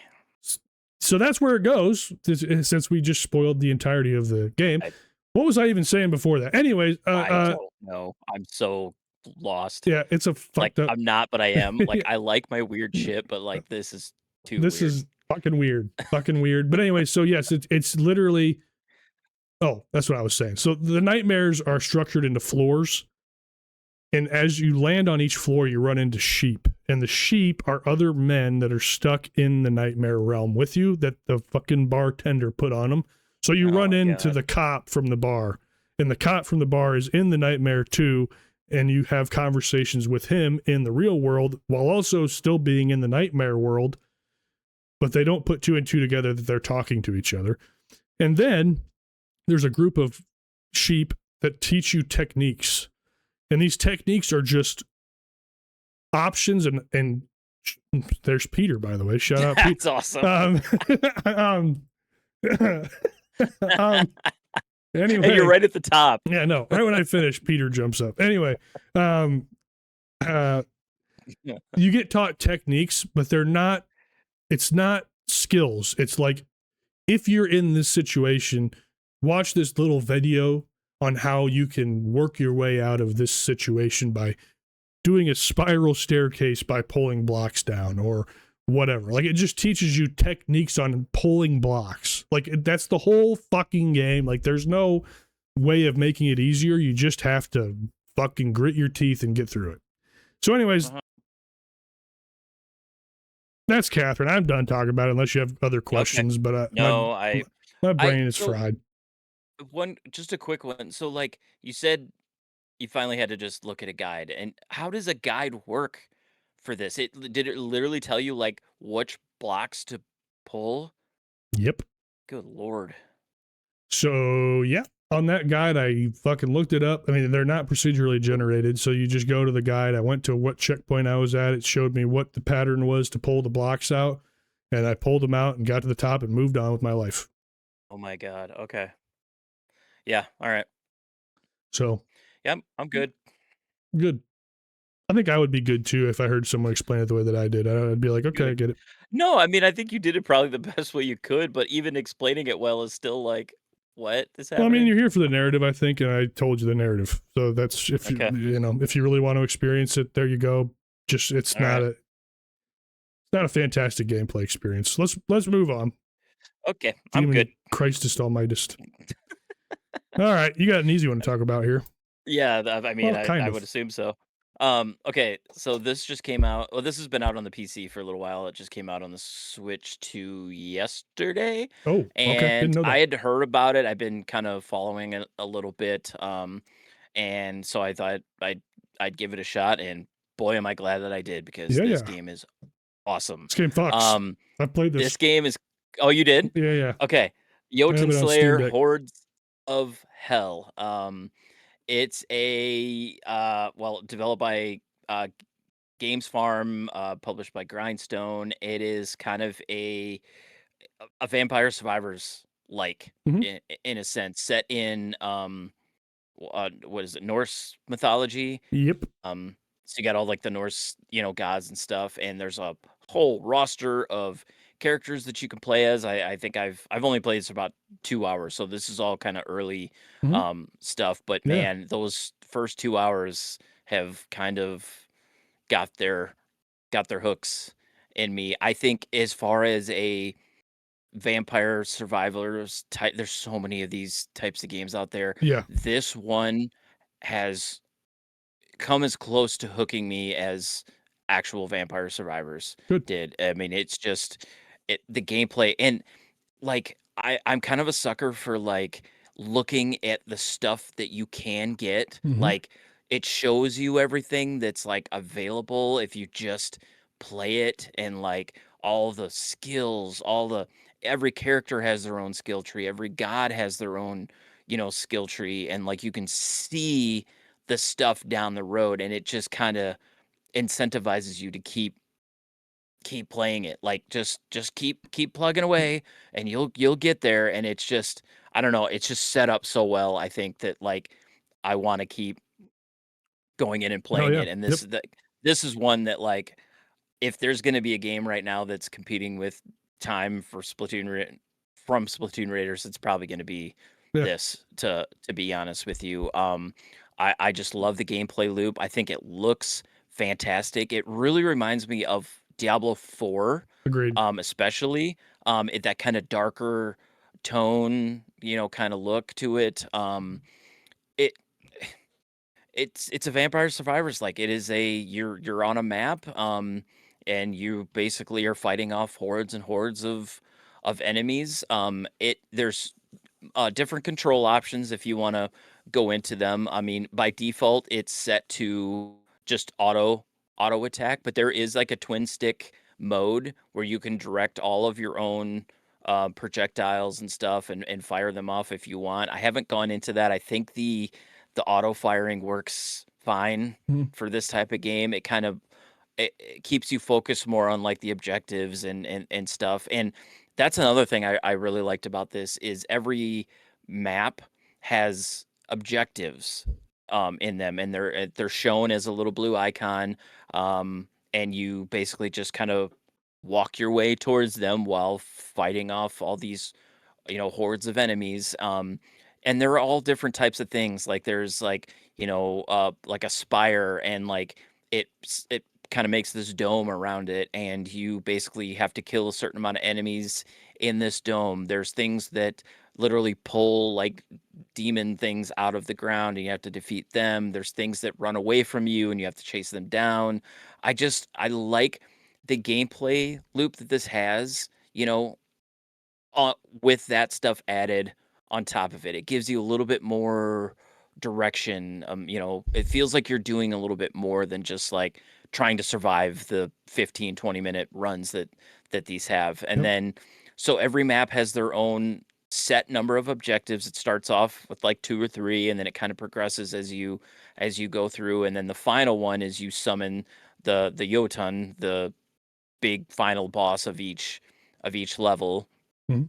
and then you take them down, and once you defeat them, that runs over, and you take your experience and stuff back, and you upgrade your skills. You're collecting gold in each run, and the gold is converted into skill points at the end of each run, and then you use those skill points to, like I said, upgrade your character or upgrade your gods, and I've struggled a little bit with, like, okay, do I kinda have a favorite character, at least so far, like, the archer guy, I feel like I've gotten farther with him, so I've kind of been trying to put more points into him, but then I'm also like, "Man, every run, I'm offered these," so every time you level up, per run, you are offered a choice of 2 gods, and then you pick one of those 2 gods, and then they have their own, basically, abilities. Some of them are passive, some of them are these auto attack things that,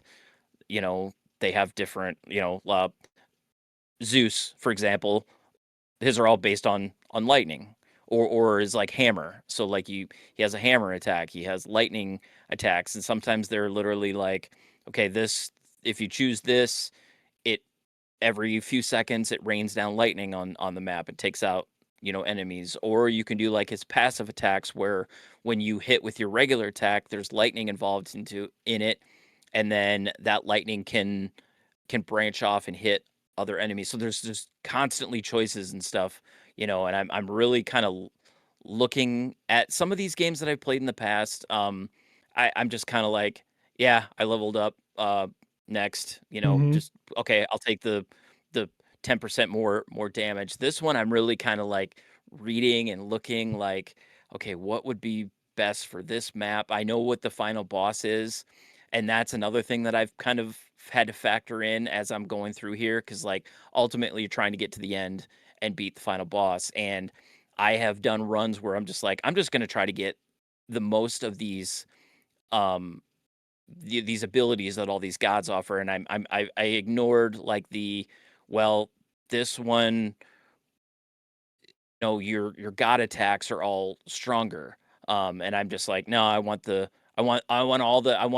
all the different things shooting off my character that I Mhm. can. I just think it looks cool, and then I get to the final boss and be like, I am not strong enough. Yeah. So like, it really kind of forces you to kind of think, and I Mhm. like that. Man, I've just been kind of rambling, but I'm for only playing this for 2 hours, like I said, I'm hooked. Yeah. Like, I think this is just really well done in this Mhm. type of genre. So I'm excited to play more, It is a is what I say. yes, it is. These games are hard to cover. So you did a great job. These games are hard to That's fucking God, cover. man. I've done so I bought this when it came out on PC because I was going to make a video comparing a bunch of these to try to find like the best alternative to Vampire Survivors, and that video didn't end up going anywhere. But I Okay. will say that I spent probably the most time with Jotun Slayer. And Mhm. so I have played this quite a bit. And what's funny when you talked about it is you talked about how you were playing the Archer, which is the Revenant in this game, and that's who The I Revenant, that's what it is. Yeah. that's who I gravitated towards too. Oh, okay. So I Yeah. don't he just he's a cool character. Anyway, Yeah. so I actually haven't played it that much. I've only played I think I'm at 7 hours. Okay. But this is going to be my Steam Deck trip game. No way. Yeah, because I saw you put it in the dock, and I played it last night. I'm like, yep, this game's still pretty damn cool. It's so good, man, it's Um, good. I'm glad you like it because when I was talking about Temtem Swarm, I was talking about the objectives and Okay. feeding it in, and that's literally like the main That is component. exactly what this is, and Yeah. I thought of that game while playing this. I'm like, this is kind of what Cam was talking about with these objectives on these maps, and I was like, man, that sounds so cool. I want to play a game like that. And I'm like, well, if I can't play Temtem, this is this Yep. is hitting that, it's scratching that itch for me big time. 100%, 100%. And Yeah. as you said, the visual style is really important in these games, and I think this game does a great job with it. I think Oh, that the spells are satisfying. Another thing that's great, I mean, this game is fucking deep as shit. yes. And I know that you said that, but you're leveling, your character, and like when you get the options to pick your thing, you have it gets really complicated because you have class spells. So these are like Yes. devoted to your character, but then you also have god spells. So you have to decide, do you Yep. take a spell that's tied directly to your class that you know is going to be strong, or do you take a a god spell that might also be strong, but like it's very complicated. And then of course Mhm. you get out of the run and you have skill points, and you have to decide, do I devote my points to Odin and not Mhm. encounter Odin in my run, Right. or do I just devote points to the class so I know Yep. that I'm strong? And Yep. it's so it's very deep, and on top of It's that, very deep. there's weapons that you unlock for your Oh, characters. I yeah. mean, it just keeps going. It's a You get never a ending separate, hole. like, currency type of thing Hmm. that is used primarily to unlock new weapons for your character, and and the cool thing is not all the weapons, so it's not in a sense that, like, okay, so, like, the barbarian, for example, he's got starts with a basic axe, and then all of his weapons are axe based, Mhm. but they're not necessarily like, well, this axe does 20 damage, this axe does 40. Some of them are more like this weapon actually has better health regeneration. It Mhm. has different things, attached to it. So it's not like, well, I just want to get the next weapon, the next weapon, the next weapon. They like you may unlock all the weapons and then end up picking like the second or third one that you've unlocked based on whatever level that you're on because the benefits of that weapon work better for that run, Yeah. essentially, and I just think that stuff is cool. Yeah. It's not so basic that it's just like, "Get the next one, get the better one, get the better one." It's Yeah. like, there's some strategy here, There and I think is. that's really cool. So here's where I run into hard stops with these games, and I'm curious if you get there. Okay. So I get to a point with these where it just becomes a have to grind scenario, and once I hit that point, then I start like leveling other characters, or I start doing runs with other, and Yep. before long, once I start that spiral, I bounce. So I'm just Yeah. curious as you get later in and start to get to that point, because I'm at a point where I haven't cleared every level. I'm kind of stuck at one, so I know I have to Yeah. do the grind. So now I'm like playing, like last night I did 2 runs with the berserker, the warrior guy or whatever. Even though my Yeah. revenant's level 27, I'm just playing with my berserker, which Mhm. I don't know. I lose the drive in these pretty quick. So I'm just curious to see kind of where you go as you No, progress. I can definitely see that, and it's the type of thing where, like, almost sometimes when you have too many options, it's almost worse Yep. because it's Bingo. like, okay, I want to try this out, but like, am I wasting my time because I know I'm not really going to really gravitate towards this character, or you know what I mean? Bingo. Like, I can see that happening. I mean, I am like I said, I'm still early. Like this game still kind of has hooks in me, but I can see that happening. I just hope it doesn't because I'm having a lot of fun I hope it with it, doesn't at least so far. either. So I know. that's the thing. That's exactly what happens. Like my Revenant's level 27. He's very strong, so I know I'm in good shape when I go in with him. But I get to that point, it's like I can level the Revenant some more, or I could maybe play some runs with a different character that is cool too. Like I don't just have to only play as the Revenant. And if I only play as that class, then I feel like I'm missing a big chunk of the game. Right. And So, that's the problem I run into with stuff like this. Not even just this game. Anything that has like all these options for me, I can't help myself but try, mhm, everything. And then I'm like, then I do end up getting burnt out faster because I'm like, I'm almost too broad mhm, with what I'm doing and not right, really focusing in. But it's like if the game is giving me these options, I wanna right, try them. Maybe I will. Maybe the last character that I unlock, right, ends up being my favorite. So I right. don't know. Yeah, So for sure. Yeah, this game is yeah. super cool. I didn't know it got a Switch port, so that's dope. That was pretty cool when you Just saw came you put out. it in the doc that it just came Yep. out. Um, Yep. it's a very solid I had one honestly of never these. heard of it before, Yeah, so that's cool I don't that, think like, I had anybody. no idea that you'd play this. I had no idea that, anything. So I was just like, I just heard of it, and I looked at it, and I'm like, "This kinda looks cool," and There's so wanted to give it a goddamn many of that's these. the problem, and Y- I was just hoping. I'm like, I'd heard fairly good things, Yeah. but I still had that, like, Yep. "Oh god, I hope I'm not wasting my time and money on this," but Yeah, this is a good one. You remember fucking Achilles Legend Untold that you liked that I oh, fucking hated? They have yep, a Vampire Survivors like that game too.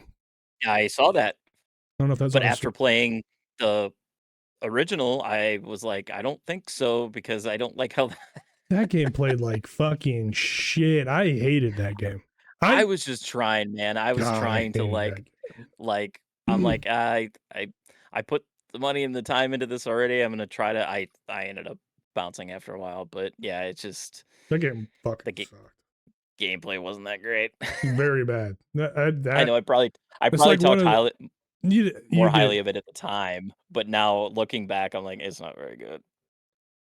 It's like one of the only games I literally played for like 2 hours and was like, nope, I fucking can't. I'm going to be physically ill if I continue to play this game anymore. It was visceral. I did not like that game at all. I hated it. As a matter of fact, that was off topic, but that has another one of these two, which kind of looks very similar. But It does. It looks very similar to this, yeah, but I'm like, nah, I yeah, can't. I don't trust it. yeah.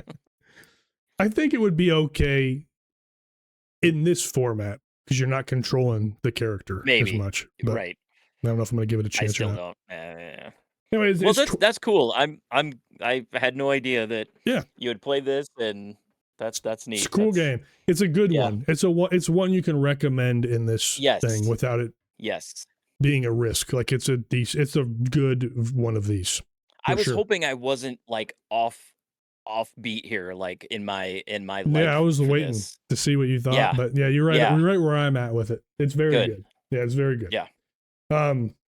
Check it out. $20 just came out on Switch too. It's been out on PC for a while, so you can get it. It's a good Steam Deck game. That's how I play it, and I'm gonna be putting fucking like 8 hours on a flight into it. So that's gonna be. God, I hate flying. Yeah. Really. Okay, one more game for this week. Okay. I finally played Temtem. Now we both talked about this a little bit. Obviously, when we talked about Temtem Swarm, I said, "Hey, this is kind of making me want to try Temtem." Temtem is 1-to-1. I don't know how Power World got sued and the Temtem didn't, because Temtem is Pokemon. Like it is, it is exactly, literally Pokemon to a T, gameplay style and all. Like it is Pokemon. As Pokemon could be. Like you wake up in your mom's house, you go downstairs, she gives you your she gives you your backpack. Literally, yeah. You wake up, you go down, you run into the professor, he takes you to his lab, you pick a starter, and you're on your way. However, yeah, I also talked about maybe last week or something, I started Pokemon Violet. Yes. This game is already better than Pokemon Violet. Okay. And here's why. I was literally maybe an hour and a half to 2 hours into Violet before I even I'm still in the tutorial. Oh my God. Of Violet. And I'm sorry, okay? There has been too many Pokemon games for me to be tutorialized for 3 fucking hours on how to catch Pokemon and shit. Yep. At least in Temtem, literally, you walk out of mom's house, the professor's there, he takes you to the lab, you get your starter, and you're right on the route. Like to the races. You're literally right there. But in this game, it is a creature collector. You're fighting, I almost want to call them Pokemon because that's just the easiest way to do it, but they're Temtem in this game. And you get them down low enough, and then you throw a Tem card at them instead of a Pokeball, and you capture the creature on your card. Okay. And so it's literally Pokemon if you've played Pokemon before. A lot of these Temtem do have evolutions, which is cool. One of the most satisfying things, you get your little duck and he evolves into a bigger duck and then a bigger duck, which is always, kind of satisfying and rewarding. No matter if you're 10 or 32 or it's always kind of cool. But this isn't a perfect game. There's problems. There's sure big problems. So I'll start with my basic grievances first before we get into the main big grievance that I have. So first off, every battle in this game is a double battle. And I just prefer single battle. Oh, I didn't know that. Yeah, everything in this game is you got 2 on the screen. Okay. And this is just a me gripe. This isn't, people are probably not going to have a problem with it, but when you add in having to synergize 2 Temtem together instead of just working on your dude and whatever, like it's just another element that I don't really want in this genre. I mean, these are turn your brain off games for me most times, and it just forces me to have to think, which Yeah. sounds absolutely retarded now that I say that out loud. But I also think it ruins the flow of combat a little bit because you're picking attacks for 2 Temtem as opposed to just having the 1 and focusing on that. I mean, I don't like the flow as much, basically. So there's that. I will say this isn't a gripe, but this game is I would say much more difficult than Pokemon. Really? You are like I'm constantly getting like I'm having Temtems die on me all the time, which isn't really something I run into in Pokemon often. No. Um, but it's kind of interesting. I mean, it is definitely a little bit more on the challenging side, which is good. And the one thing that they changed, literally the one thing other than them not being Pokemon and they created their own monsters and shit. But the one thing they changed is instead of having like mana, I don't know if they called it power points or PP in Pokemon, I think, but Yeah, I think so. this game is all structured around stamina. And I don't love it. So here's another gripe coming. So when you attack, you use a certain amount of stamina. And if you use too much stamina, you end up hurting yourself from overexertion. Okay. Okay. So the way that you balance it is you use attacks up to a point where you're low on stamina, and then you rest your Pokemon in battle. So you just don't attack. You just tell them to wait.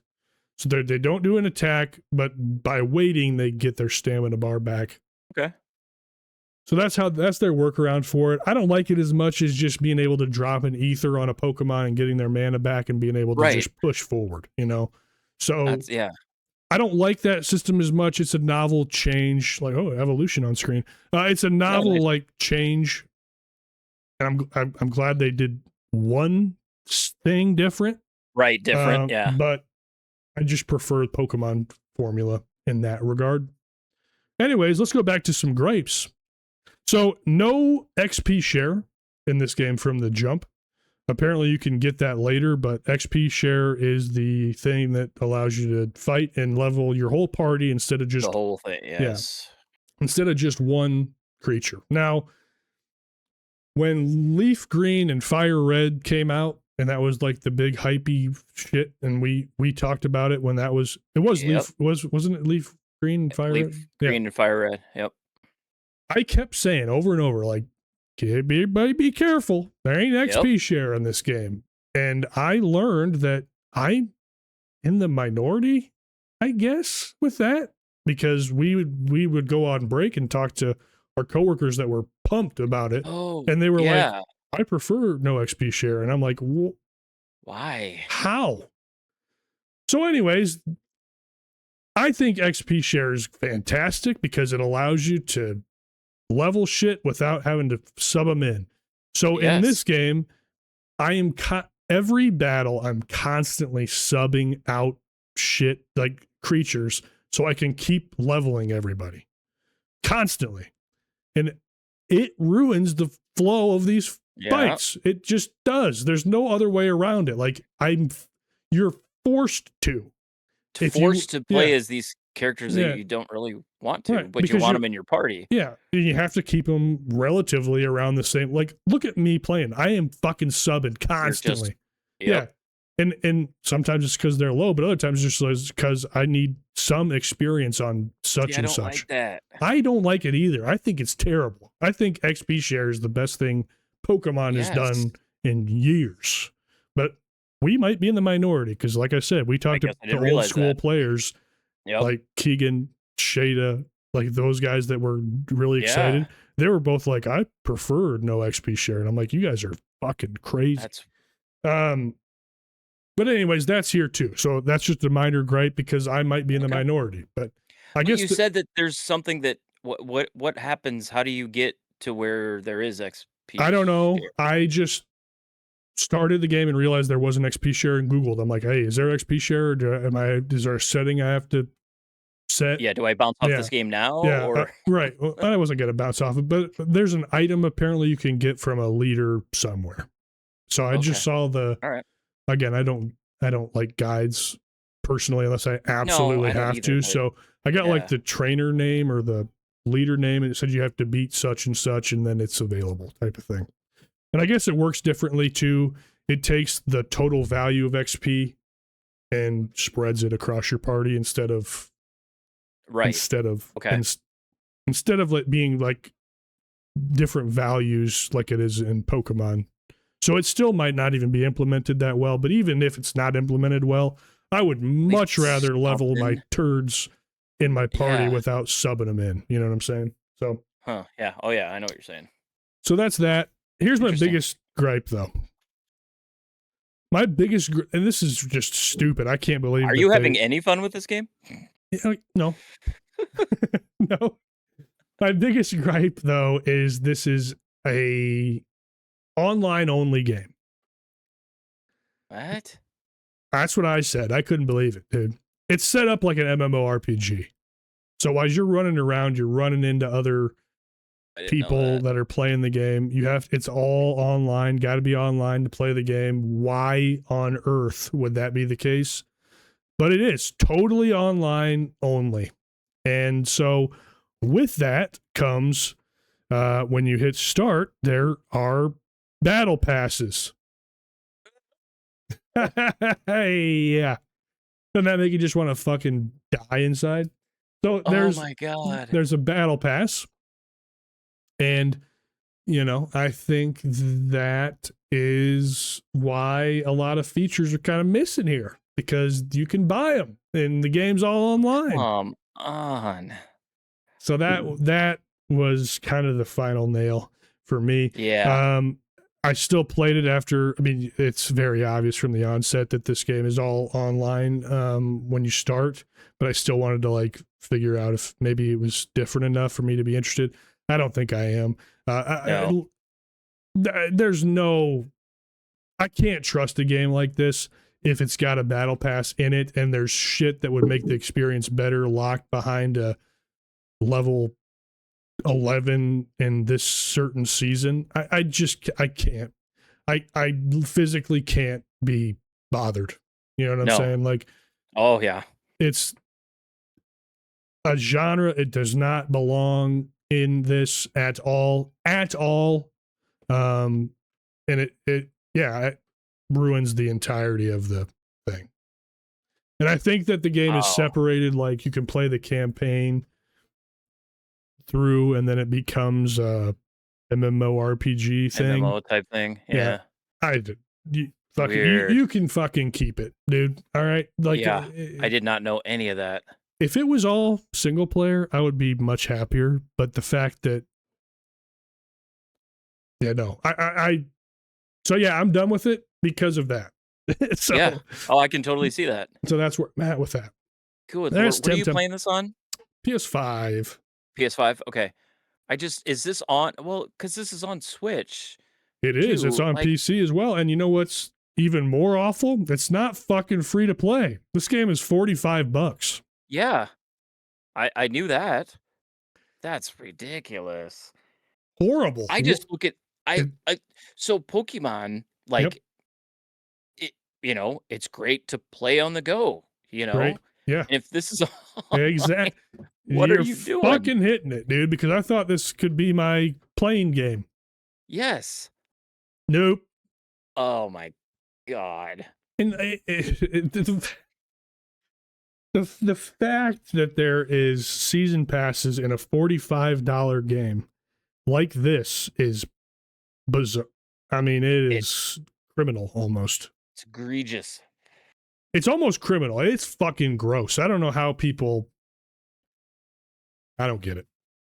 I don't either. I did not know half of that shit, and glad I never tried this because You I'm know, not now. I didn't buy this game. I got it on PlayStation Plus. To I be saw it was on fair, PlayStation Plus. Yeah. to be fair, so I thank fucking Oh no God. shit. If I would have bought this, I'd have been furious if I would have Yes. seen that shit. Yeah.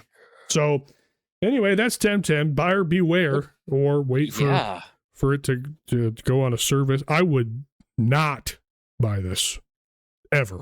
I'm just saying No. it now. Yeah. just terrible, gross as fuck. Anyways, that's Temtem. Okay. That All covers right. our main game topics of the week. Jason, how is Splatoon Raiders going? Oh, dude, still fucking going strong, man. Still fantastic. I just hit level 42. It's still, I mean, still going strong. Like Awesome. it's not wearing on me yet. I've just been trying like, Jotun Slayer and stuff, just something else. Well, plus I Well, wanted you want to talk about something? something else to cover. Yeah, I want to talk about something else. I didn't want to bring that game again, but man, it's hard pulling away So, from that, and it keeps giving you like it keeps like still, huh? feeding you stuff, Still? like you yes, That's great. still. Yeah, it's fantastic. Like even if it's just like I have 2 of my 3 tanks maxed out. I am not a fan of the speed tank. I just don't find the gadgets all that interesting. It's just not my play style. Hmm. So, but I've been still using it. I'm going back to some of like the earlier levels and just trying to use it and level it up. I really don't have to. I'm just doing it because I don't know. But yeah, like you're just y- it unlocks. Well, it's not really unlocks, but like you can replay earlier level, so you make it so far, and then it's like, "Oh, now you can go back and play a spicy version of Hmm. this level, and all the enemies are a little bit tougher, there's more of them on screen." I'm like, "That's cool." And then you progress even farther, and then it's like, now there's super spicy, levels and just harder enemies, more Yeah. of them on screen. It just kinda gets more chaotic, and I like that that's an option. You don't have to do any of that, but Hmm. you can, Yeah. and maybe you need to if so ultimately what I'm trying to do is like, I'm close to finishing the campaign, and if you want to finish the campaign and just be like, "Cool, I played Splatoon Raiders," you can, but that's kind of where the game really opens up for people who are really into this is the end game stuff. So I'm trying, and I know that there are certain aspects of the end game where you are going to want the different tanks and stuff. There are things that they do that incentivize you to try different things. So that's why I'm like still trying to kind of get everything leveled up because I do plan on really hammering out the end game Nice. of this game. So yeah, it's just so well done. Oh, It's awesome. it's very well received as well from everybody. Yeah. Yeah, so Yeah. I was surprised by that. Well, not I don't want to say surprised by it. I'm happy that it's doing as well as it is. I'm a little surprised, to be honest with you. You know, Like I think Kolzicki put there was like this survey or whatever that went out, and it like first party like Switch 2 games, and it's like mhm. the highest rated Yeah, one yeah, I like saw so that too. far, which is Yeah, crazy. is it So though? What the fuck is the I don't know. Switch? I Maybe mean, not, but I don't know eh, for a spin-off of yes, a very popular, yeah, Switch game. I guess I don't know. I'm a little surprised at how it's a little surprised. it, It's it the first Splatoon it's spinoff their too, first what? right? That's what I was gonna say. For it being their first one, I really think they've nailed Yep. everything. Like they've thought of things that like I could have easily been like, yeah, but they're not gonna think of this with this type of game. They did, and it's It's awesome. crazy. That's great. It's Yeah, yeah, it's awesome. it's really cool. I'm not surprised as much because I think a lot of first party games this year, from the outside looking in, haven't been spectacular. Yeah, But that's yeah, just me. yeah. What issue did Kolzicki run into that you had to give him a little pat on the Katushka about? Do you remember? Well, no, he was saying like he was like, I don't know, man. It's hard and stuff, and I'm just like, I don't understand where like I almost want like I even said in Discord, I was like, I was tempted to. There's 3 difficulty levels. Uh There's huh. just like tourist, which Uh-huh. is the easiest. There's I don't know what they call it. It's basically easy, Yeah, yeah, medium, yeah, hard. yeah, yeah, yeah.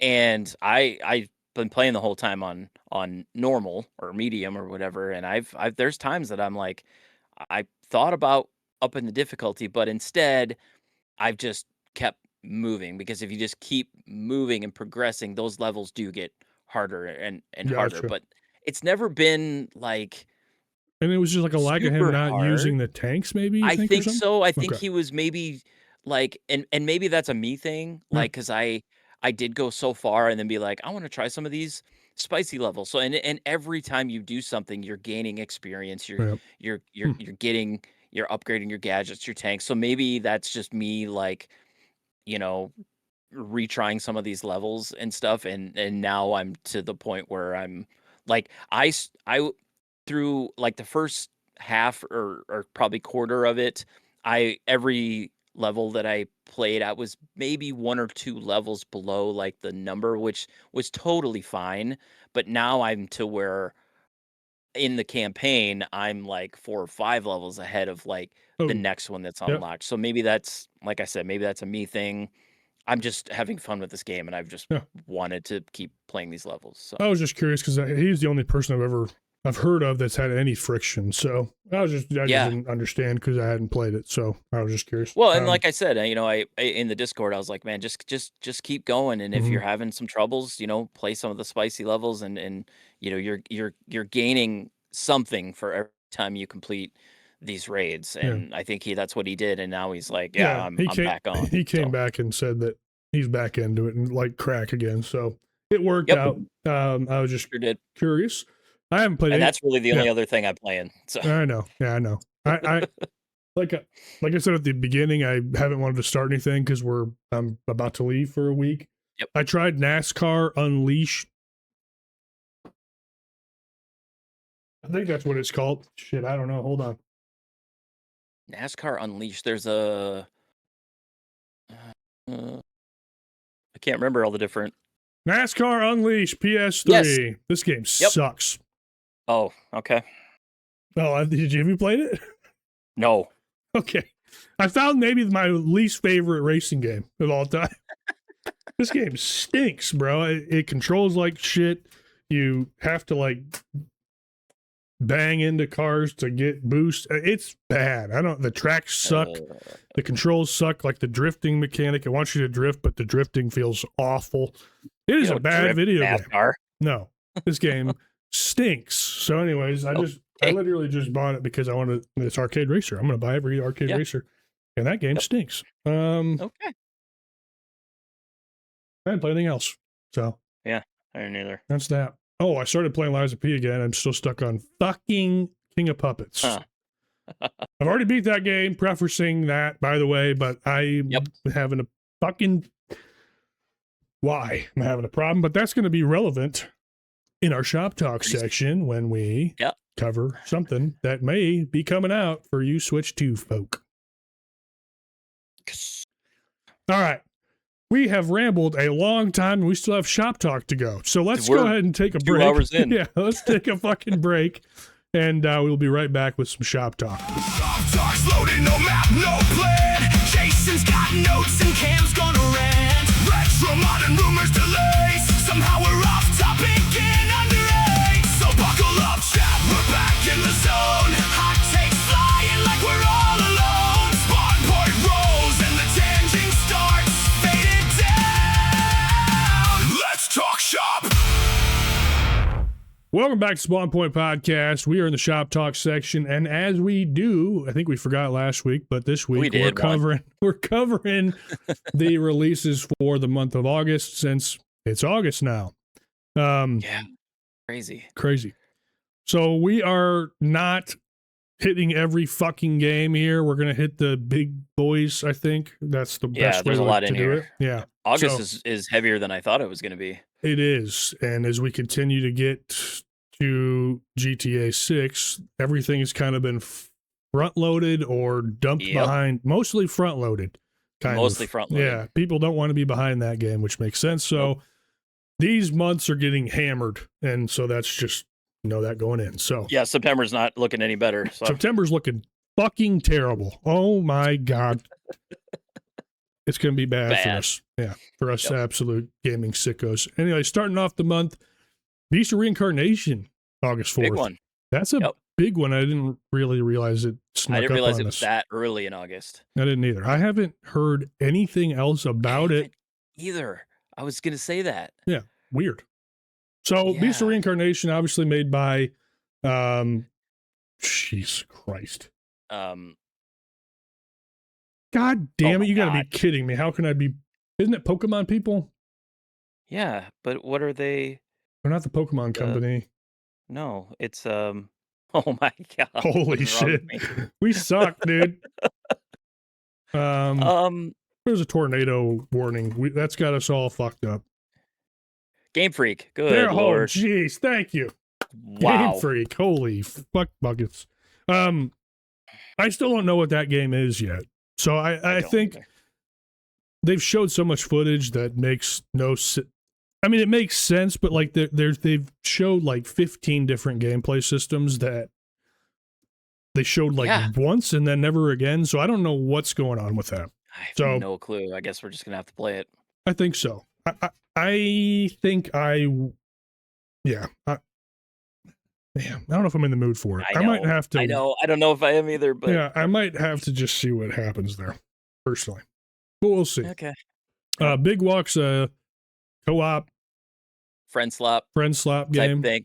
You can You get- can talk your shit about this. I'm gonna play this. I'm It's gonna play this on with my PlayStation daughter. Plus. Comes out straight to PlayStation Plus. Yeah. It Um, looks dumb, but it looks fun enough. Like they Yep. put like a fairly long trailer, like a gameplay trailer and stuff, and it just looks it, it's one of those. I mean, I think you have to play it Yeah. co-op. I don't think there's any Yeah. it's usually these types of things doesn't interest me. There's something about this one that just looks goofy enough Mhm. that I don't know. I'm gonna give it a shot. So I don't like how you just coming at me, guns blazing, like I'm gonna talk shit. you've been known to. I have been known to. Fuck friend slap games, dude. Fuck I 'em. know. No, I'm not gonna play this, but I'm glad you are with your daughter. It's a gonna try good genre for that. I'm just saying, Yes. as for me, fuck them. I don't. Yeah. I could give two fucks less. A little bit later in the month, August 6th, Liza P hits the Switch 2. Yes. The complete edition with the DLC. Hard fucking game, but one of the best Souls-likes you can get your hands on. Yep. Big recommendation for me. And just stick with it and get past King of Puppets. Dude, you Yeah, can do it. apparently He's it's early in the tough. game, and I'm having a Yep. bitch of a time. Yeah. I think Marvel Token Fighting Souls needs a shout on August 6th. Yep. People seem to love it. I didn't get it. Shocker, dude. Yeah. Big shocker. Yeah. But that fighting game, people seem to really dig it. It seemed the beta That's did. what I thought. The beta That's did. what I said. I'm like, it's still gonna hit for the Yeah. fighting game community. Yep. The beta did things. People were happy. A lot of PC only stuff. I don't think much matters there. The what? one I do want to shout real quick. I don't know if you've looked into this one at all. That Agent 64. Nope. Have you heard anything about that? Okay, Nope. it is a GoldenEye like Okay.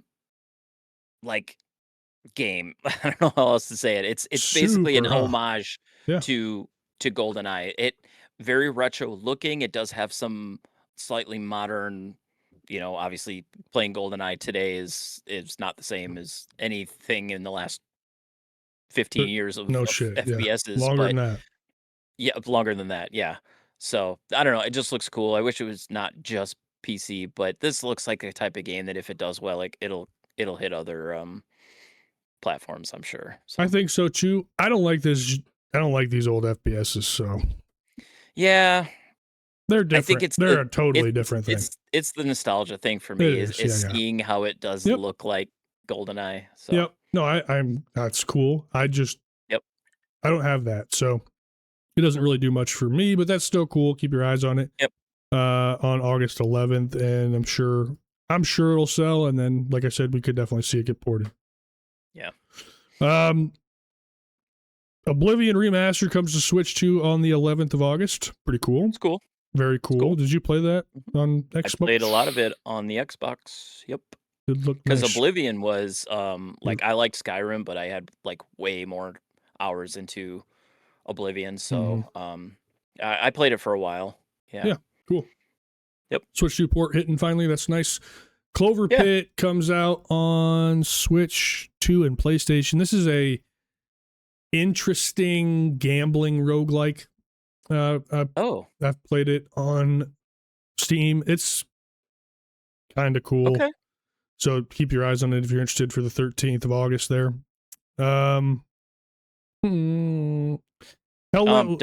Go ahead. Dust Go. Fade, Mhm. real quick, does look like a really cool, almost 3D Zelda type of game, kind of a action platformer RPG type thing. Cool. I don't know. It looks interesting. At least I'll check it out. I'll pay a little bit more attention once it gets a little bit closer and see if it's something Nice. I'm interested in. But looks interesting enough. Perfect. Yep. Hell Let Loose Vietnam is a realistic FPS coming out on the 13th. I believe that's already out on PC. No. No? This is Hell Let Loose Vietnam, so I don't know if this is another game. Hell Let Loose is already out, but I don't know. Hell Let Loose is, I think this is like, just another take on Hell Let Loose, which is, like you said, it's a very kind of brutal, war sim almost. Yep. Madden Ultimate Team comes out for the 45th time on August 13th on modern consoles. Anything that you have up to Mortal Shell 2? Star Sand Island, cozy game. Shout out cozy gamers. Sure. Otherwise, no. Nothing. Mortal Shell 2 looks really cool. Souls-like, looks way better than the original Mortal Shell. The first one. Yeah, it actually has color, so that's cool. I think there is a demo out on all consoles I saw today. I did not get a chance to try it, but I'll keep my eyes on that. I don't know if I'm still not ready for a Souls-like. I don't know what's happening to me, but I'll keep my eyes on that one.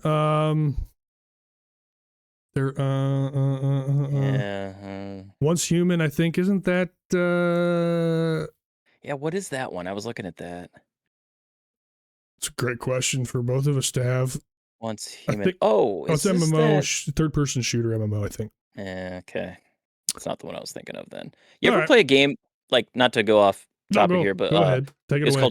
It was called Two Human on like 360 PS3.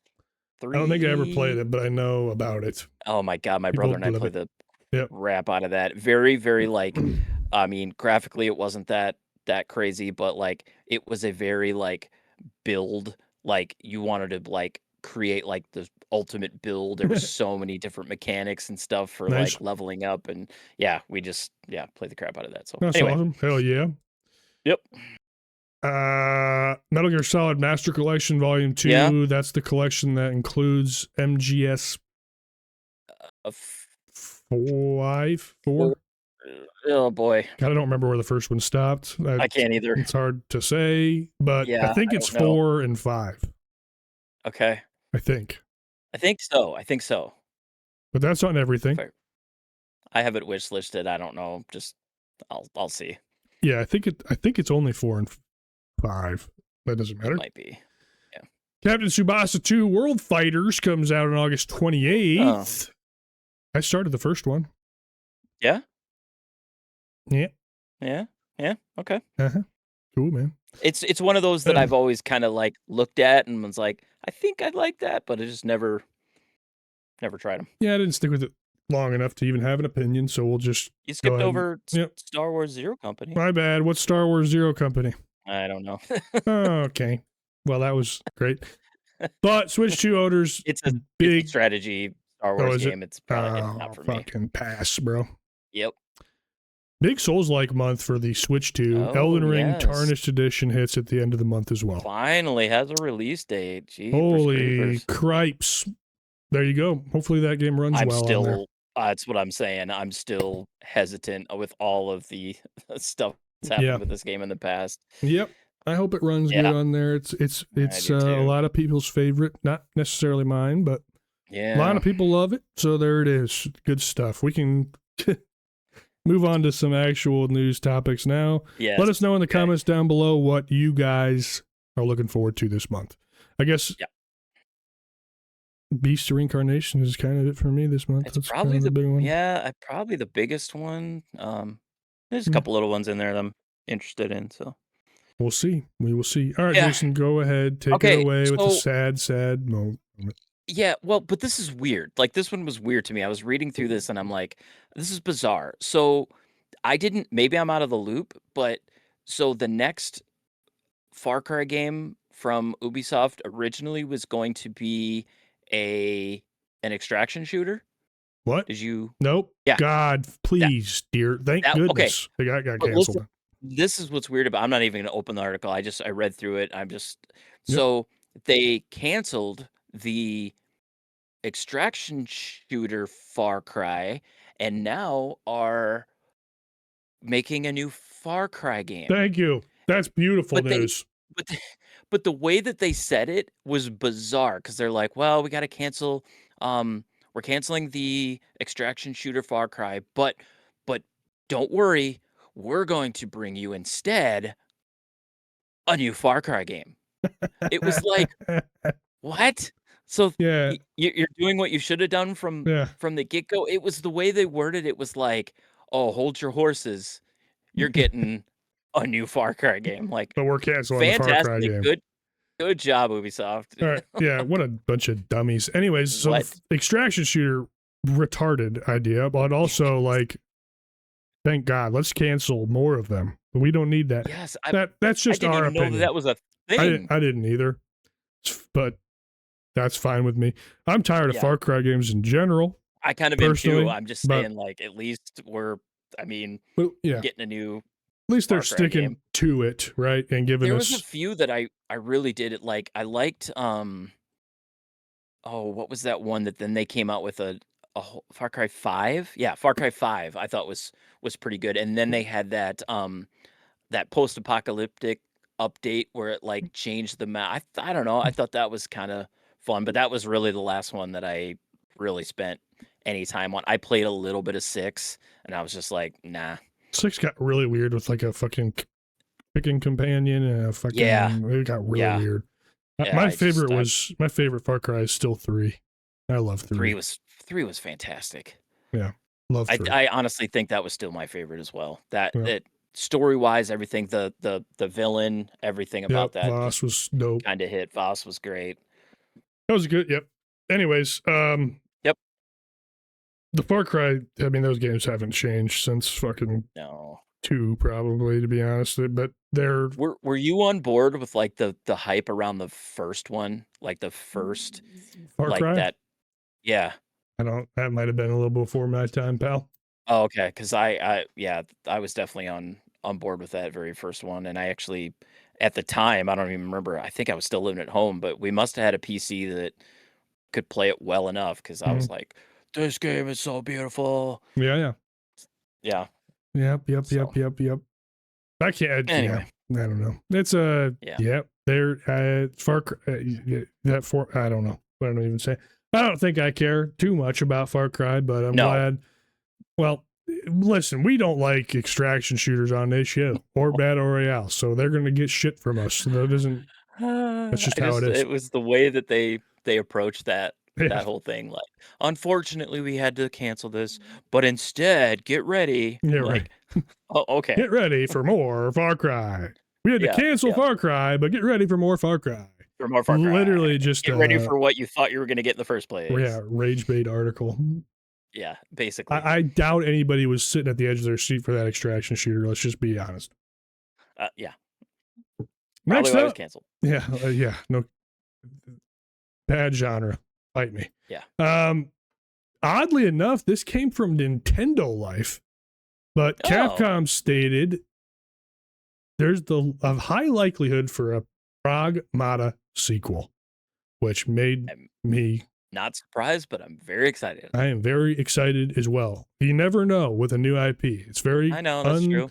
It's very common for new IPs to just come out and it didn't sell a gagillion copies, so we're fucking not pursuing it. Doesn't seem to be the case. So Pragmata sold 2.5 million units since April, which is very good. And basically this was all talked about at a financial like a financial report, which is those are coming out now. It's the end of Q1 fiscal year, so you're hearing a lot of stuff like this come out, which is good.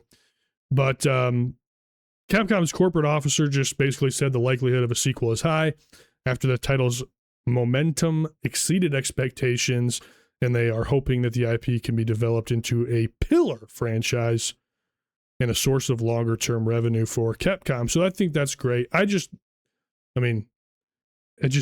feels icky when you hear the corporate officer talking about a source of long-term revenue, but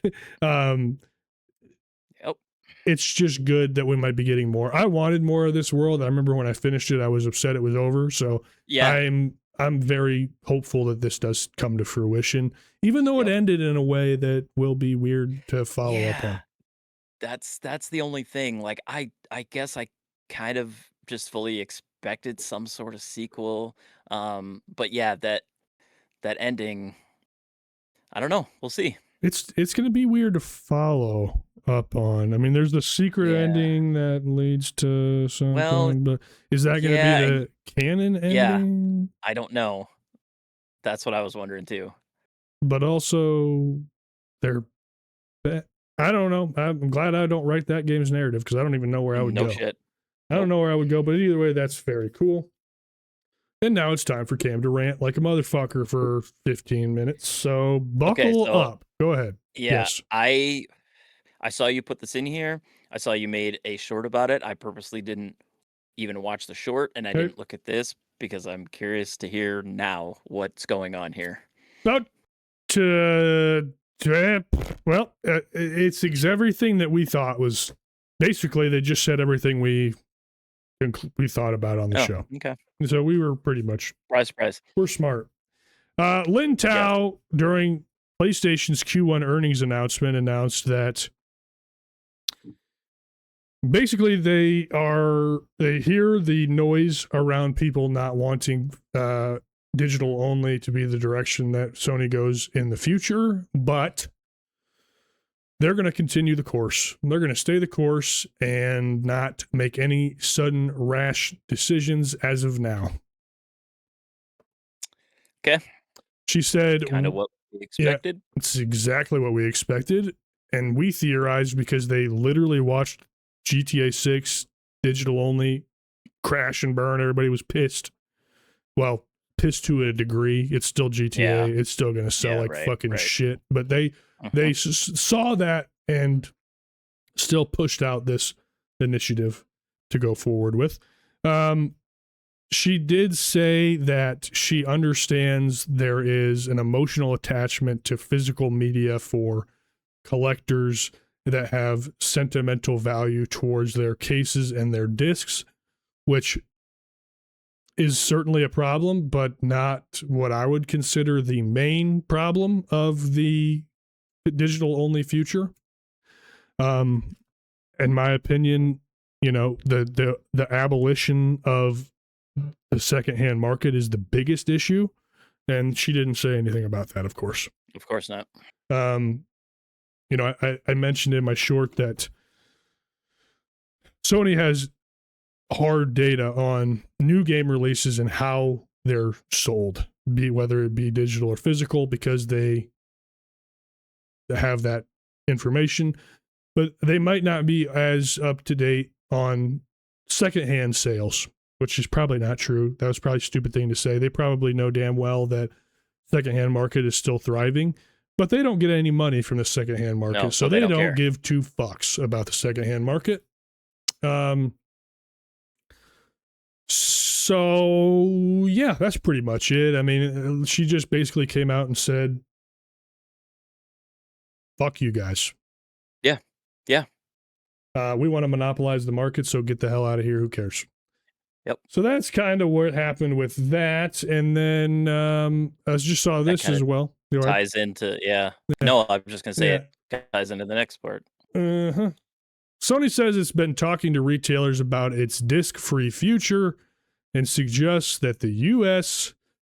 and U.S. retailers may still sell codes in a box.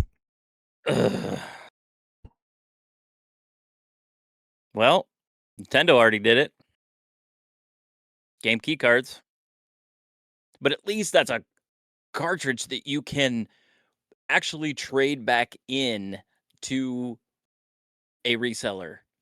Like, because that information is still on that card so that you still, I mean, you still got to download it. That's not the full game, but at least you're getting something. You still can't resell a code in a box. Sorry, I didn't mean to step on your No, toes you there. know, but I'm glad you did. I ain't got nothing to say. This is fucking absolutely it's abysmal. so Like, what are we stupid. doing, dude? It's so stupid. That's not the It's not. point. It's not the God, you fucking It's not the dummies. point, and it's not the solution to this No, problem. it doesn't do anything for the problem, as a matter of fact. No, So nothing. It definitely doesn't to your main complaint about this whole thing. It doesn't do anything No. for that at all. no, I mean the only thing that it does, which is fucking stupid, but my concern is mom and pop shops. I don't give a shit about GameStop. I think GameStop took a path a long time ago and have gone away from what it actually used to be. So my concern is for us, video games, etc. They're the local shop that still sells used video games, and they sell all used video games for all console generations. They sell everything. Yeah. Way back. They're going to be able to buy. I guess they're going to be able to get stock in now for new games and get their 10% or less cut. And that's it. I think it doesn't solve the main overarching problem because those stores survive on the secondhand market, not new releases. So this doesn't do anything for them, really. It doesn't do anything for them. Yeah. So no. Nothing. Okay, well, that's just enough to make a guy sad. But that's kind of all the Sony news, and they're disappointing us at every turn. Every time we talk about them, it's just, So, I don't. I don't have anything else to say. I don't either. It just crushes my mood. And then, maybe not super surprisingly, the studio behind Blumhouse's most recent release, Creasol Theater of Idols, has shut down. So Vermilla Studios laid off all its employees and closed its doors. This game stunk, but I still don't want to see studios shut down. Even though this game was not great, it still bums me out. Maybe we should make a rule for the Spawn Point podcast, no bad news.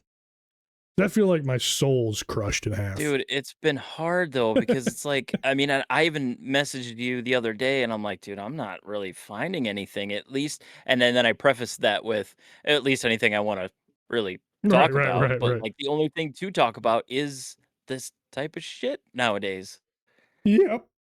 It's fucking sad. It is sad. I mean, I'm surprised Blumhouse Games isn't just done, to be honest. Because exactly. That's originally, that's what I thought when I first started reading this, and then I was like, oh, that's not really the case. It's just the studio behind Creasol. This game sucked, dude. This game sucked bad. That's a bummer in itself. This is like one of my most disappointing games of the year. It was so stinky. Bad. Yeah. Anyways, okay. Let's fucking get the fuck out of there and talk some. It's Nintendo time! Yay. Nintendo time. Nintendo time. Okay. So gonna talk a little bit more about Splatoon Raiders. So there is obviously you can play this online co-op with up to 3 other people. Nintendo kind of wanted you to play this with friends, as far as there's no matchmaking in this game, so it's like you can group up with friends. The only other way you can really play online is by either sending a help request or responding to a help request. That's basically it. But Nintendo community is pretty awesome, and they have found a workaround for matchmaking. And the way that they did that is there is a keyword that you can put in to like a search. And basically what they what they were hoping people were going to do is like, friends get together and be like, okay, our keyword is this.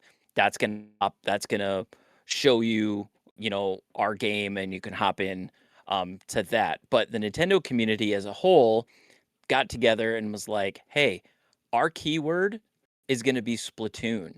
And if you type in Splatoon, you see a whole mess Oh, of nice. games.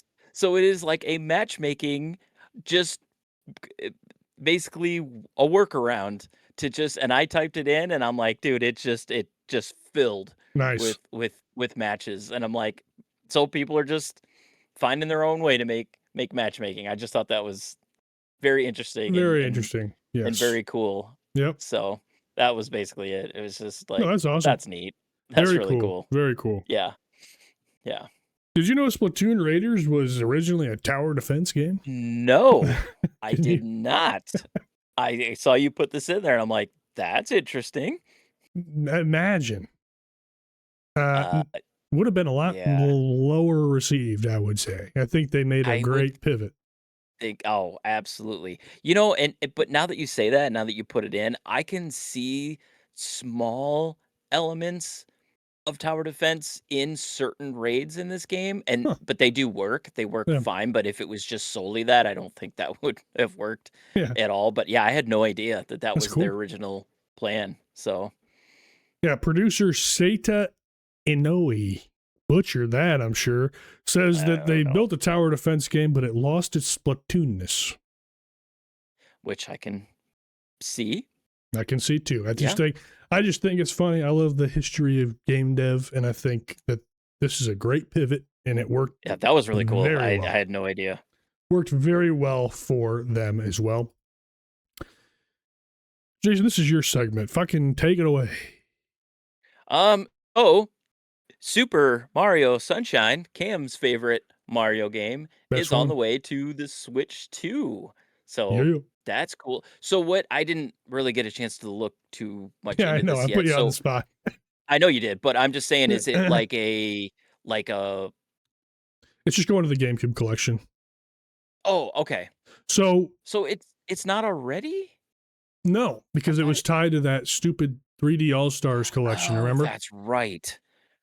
So this okay, well that makes even more sense now because in that All-Star collection it was Super Mario Galaxy, Yep. right? And Galaxy I 2 think it was or no, just No, Galaxy fuck Galaxy man, now I can't Sunshine remember. and damn, what the fuck? Uh Maybe it was what 2. was the other? I thought it I was I I own it. two I just Galaxy can't. games. It might I have know I been. do too. But anyway, but I think it was you can 64. Was it 64 it Sunshine was and 64 okay. Sunshine and Galaxy. Yep. But then Nintendo put out Galaxy 1 and 2 as its own thing, and which kind of left Mm, Sunshine kind of on its own and kind of stuck to this collection. So this is cool that it's going to go in the GameCube collection. You can just play Sunshine by itself without having to have yeah. the collection of the other two games that were still good games, but if you're interested in Sunshine, maybe didn't jump on that one because he didn't want to pay the extra for games he weren't going to play. So Game rules. Sunshine's fucking yeah, awesome. So you should yeah, play it. it still is. I remember when 3D All Stars collection came out, they released it for like a very short time and immediately Yes, it was a they limited release. yeah, from I'm Nintendo. like, A from limited Nintendo. release from Nintendo. You can buy it Yes, to this date, and after that, we're never selling it again, type of thing. It yeah. was so You just weird. can't. It's super weird. I don't ever understand that kind of stuff, that limited release stuff. They just want people to really jump on board right away and try to like. They I do don't like understand. limited run is like a whole thing where they're Yeah, putting games on disc that weren't on disc and then they only have so many they can make. So that's like their reasoning. But seeing a major publisher do it is fucking just It's weird. bizarre. FOMO tactic that's just gross as fuck. That's kind of what I was getting at. Yeah, I think that's probably what they're trying to do. But either way, I'm glad that they're all available still, despite that collection. Yep. And then the other thing, we talked about this a long time ago, but the fucking Virtual Boy collection is getting 2 unreleased games, D-Hopper and Zero Racers. I just thought it was interesting to mention that they gave us some context on Zero Racer, and it is actually it was originally an F-Zero port to Virtual Boy. And you're going to see some footage if you're watching here shortly, I think. I don't know if I have the right scene up. I do. So there's just this Virtual Boy is very odd. I don't get it. Where are we at here? Come on, what a shit. There it is. Okay, so so this is D-Hopper. So these games were canceled. They were finished. They were done games, but because the Virtual Boy fucking flopped as hard as it did, they just didn't even put them out. So you're gonna see. I mean, Jesus Christ! It's so quick. This is Zero Racer. So this is D-Hopper. This is Zero Racer. So there you go. They're like fucking showed them for fucking 2.2.2 seconds. Obviously, it's not super exciting. No, and it's not worth buying the stupid peripheral probably either. But it almost looks more like Star Fox than it did look like F-Zero. Star Fox, yeah, because it's the polygonal old way of making 3D, but obviously for weird, very weird. I don't even know how that would work on Virtual Boy. I don't know what the 3D effect would be, but either way, I don't know. Still kind of cool. I never owned a Virtual Boy. I played it at like a Walmart or a Target or something. They had the setup, so I played it there. And after a few minutes, I was like, okay, that's not for me. Yeah. So I mean, it's cool to get those games and I was still like, nah. I mean, yeah, it's a neat idea, but even as a kid, like when technology wasn't even like that advanced yet, I mean, this was like the first type of 3D, and I'm like, why is it all red? Yeah. What the fuck, dude? Why is it all red? I don't get it. Yeah, I don't get it either. Anyways, it's a weird thing. I guess, for preservation's sake, it's good that they're out there, but sure, whatever, man. I don't know. I mean, it's kind of the same. So, like when Nintendo released their SNES Classic, that I had that pre-ordered. There was Star Fox 2 was on there. Right, unreleased, never came out game. It was complete, and then they just never released it. So I mean, it's not the best game in the world, but it was cool to be on there. Actually get to play it. Hell yeah. This on the other hand, I don't think I have enough nostalgia for F-Zero to want to play this on the Virtual Boy. So no, I guess it was called G-Zero in development, and then ended up becoming Zero Racers. Zero Racers. And then it ended up not coming out entirely. So no surprise there, I guess. No surprise either. If you want to play F-Zero, go play SNES F-Zero. It's the only one worth your time. That's probably not true. But anyways, that's a great game. Still a great game. I think that's a show. I think so. Wish I had more to say, but I've been busy. Yeah. I've been stuck on just a couple games, and I'm okay with that. I did play more Power Wash 2, the Star Wars stuff. Oh yeah, good. Did you hear that? Yeah, I did. The hell? Did your Alexa go off? Yeah. Damn, just telling you the tornado's still talking. No, she said, "It sounds like you, Alexa, stop." She's in like full. She's in like. She's in full listening mode right now. But I said, what did I say? I'm still playing. The Power Washes. She's like, that's cool. It sounds like you're having a good time playing those games. I'm like, what the hell? Shut up over there, Bezos. Anyway, stop listening that was to me. weird. Yeah, that's weird. So yes, that's cool. What about Elliot? Where's Elliot gone? What's going on with Boy. Elliot? Oh, I knew you were gonna bring that up. I haven't played it. The game stinks. I It have no. doesn't There's stink. no. There's no pull there for me. No There's pull. no. Nope. There's no pull. Nope. Like I literally probably only beat it because I didn't have anything else. If there was Oh my anything God. else that would have distracted me from it, I probably wouldn't have finished. I just don't have the pull for that. Sad, man. You were excited know. for it, man. You were like I pumped. was.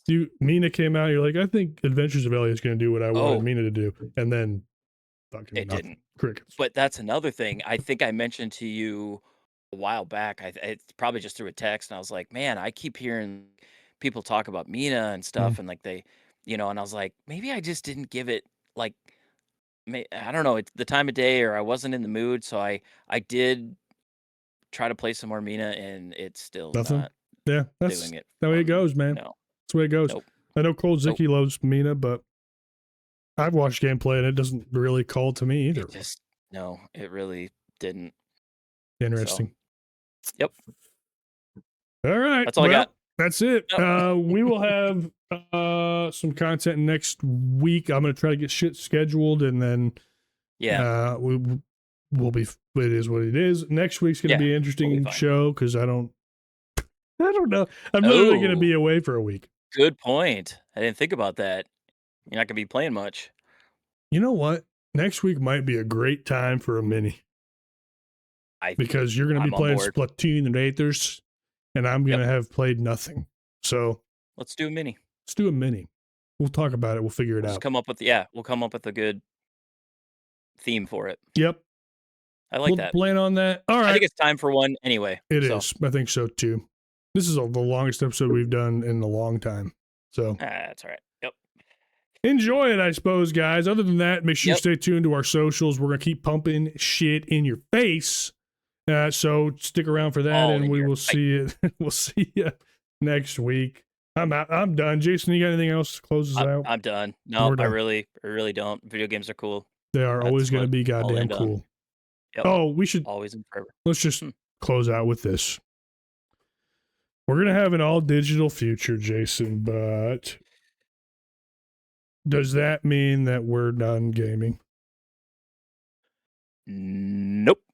No, it does not. I think that's an important thing for us to say because everybody's boycotting PlayStation, and I guess I'm the only one with a PlayStation, so I'd be the only one to make a stance here, but I'm not going to be making any big rash decisions. At the end of the day, I'm a gamer no matter what this industry does as far as going off the rails and doing shit I don't agree with. I'm going to want to play the next game that comes out. It's just how it is. So we're talking just about gonna have to go along with the. We're along for the ride, regardless. I guess exactly. I just think it's still going to cover PlayStation, even though I don't like where it's going. So I just think that's a good way. I just have more Nintendo people coming my. You do. They are coming your way in waves, which is great. Mm-hmm. I've even thought about it. Like maybe it's time for me to buy a Switch 2 for myself. Maybe it's time. I'm saying I like it. I like it a lot. I like my wife's a lot too, except for I've played Mario Kart World on there. You know how I feel about that. And I played Pokemon Violet. So my experiences have been you're not playing the best options on there. So I will say that. All right, let's get out of here. I gotta let's get out of here. It's fucking 10 p.m. Take care of yourselves. Jason, have a great rest of your night, man. We'll catch you. You too, man. Later. Have a good time on your trip. I'm sure I'll chat with you. Yes, we'll chat. It's gonna be fucking terrible. God, it's gonna be so bad. I do not want to go at all. But you're going to California, man. California's nice. It's a good place to visit. I'm going to California to fucking work, dude. I know. And I think we're like 45 minutes inland too. And I'm not in 45 minutes. I'm trying, man. 45 minutes California time is like 2.5 hours. So there is no way I'm going to the beach. So I'm pissed about it. No, it takes too long. Fucking too long. Sucks. Yep. It's funny, real quick too. My wife she was just in Seattle for a work thing, and she showed me the map of where she was and then where her hotel was, and if you picked that up and put it like in Iowa, it would take you about 40 minutes to get Yeah. there. Took her almost 2 hours Yeah. to get there. God It's damn. insane. It's the Yeah. worst. Dude, it's terrible. She had these plans. She wanted to like do these certain things, and once she got there, she's like, "I'm going to my hotel and to the work thing, and maybe a couple shops along the way. That's it. Yep. It takes too fucking long." Yeah, we're lucky our hotel is right across from the convention center, so I can just walk across the Yeah. street. I literally probably will do nothing but walk across the street. I'm sure that Rubner will find a bar. I'll probably go to the bar, get hammered, and go crash. And that's every day cycle. Yep. So just keep it local. It's good. Suck. We suck at ending podcasts. Goodbye. I'm part of the problem. I just bring up random shit at the end. All right. See you guys later. Have a good rest of your week. See you later.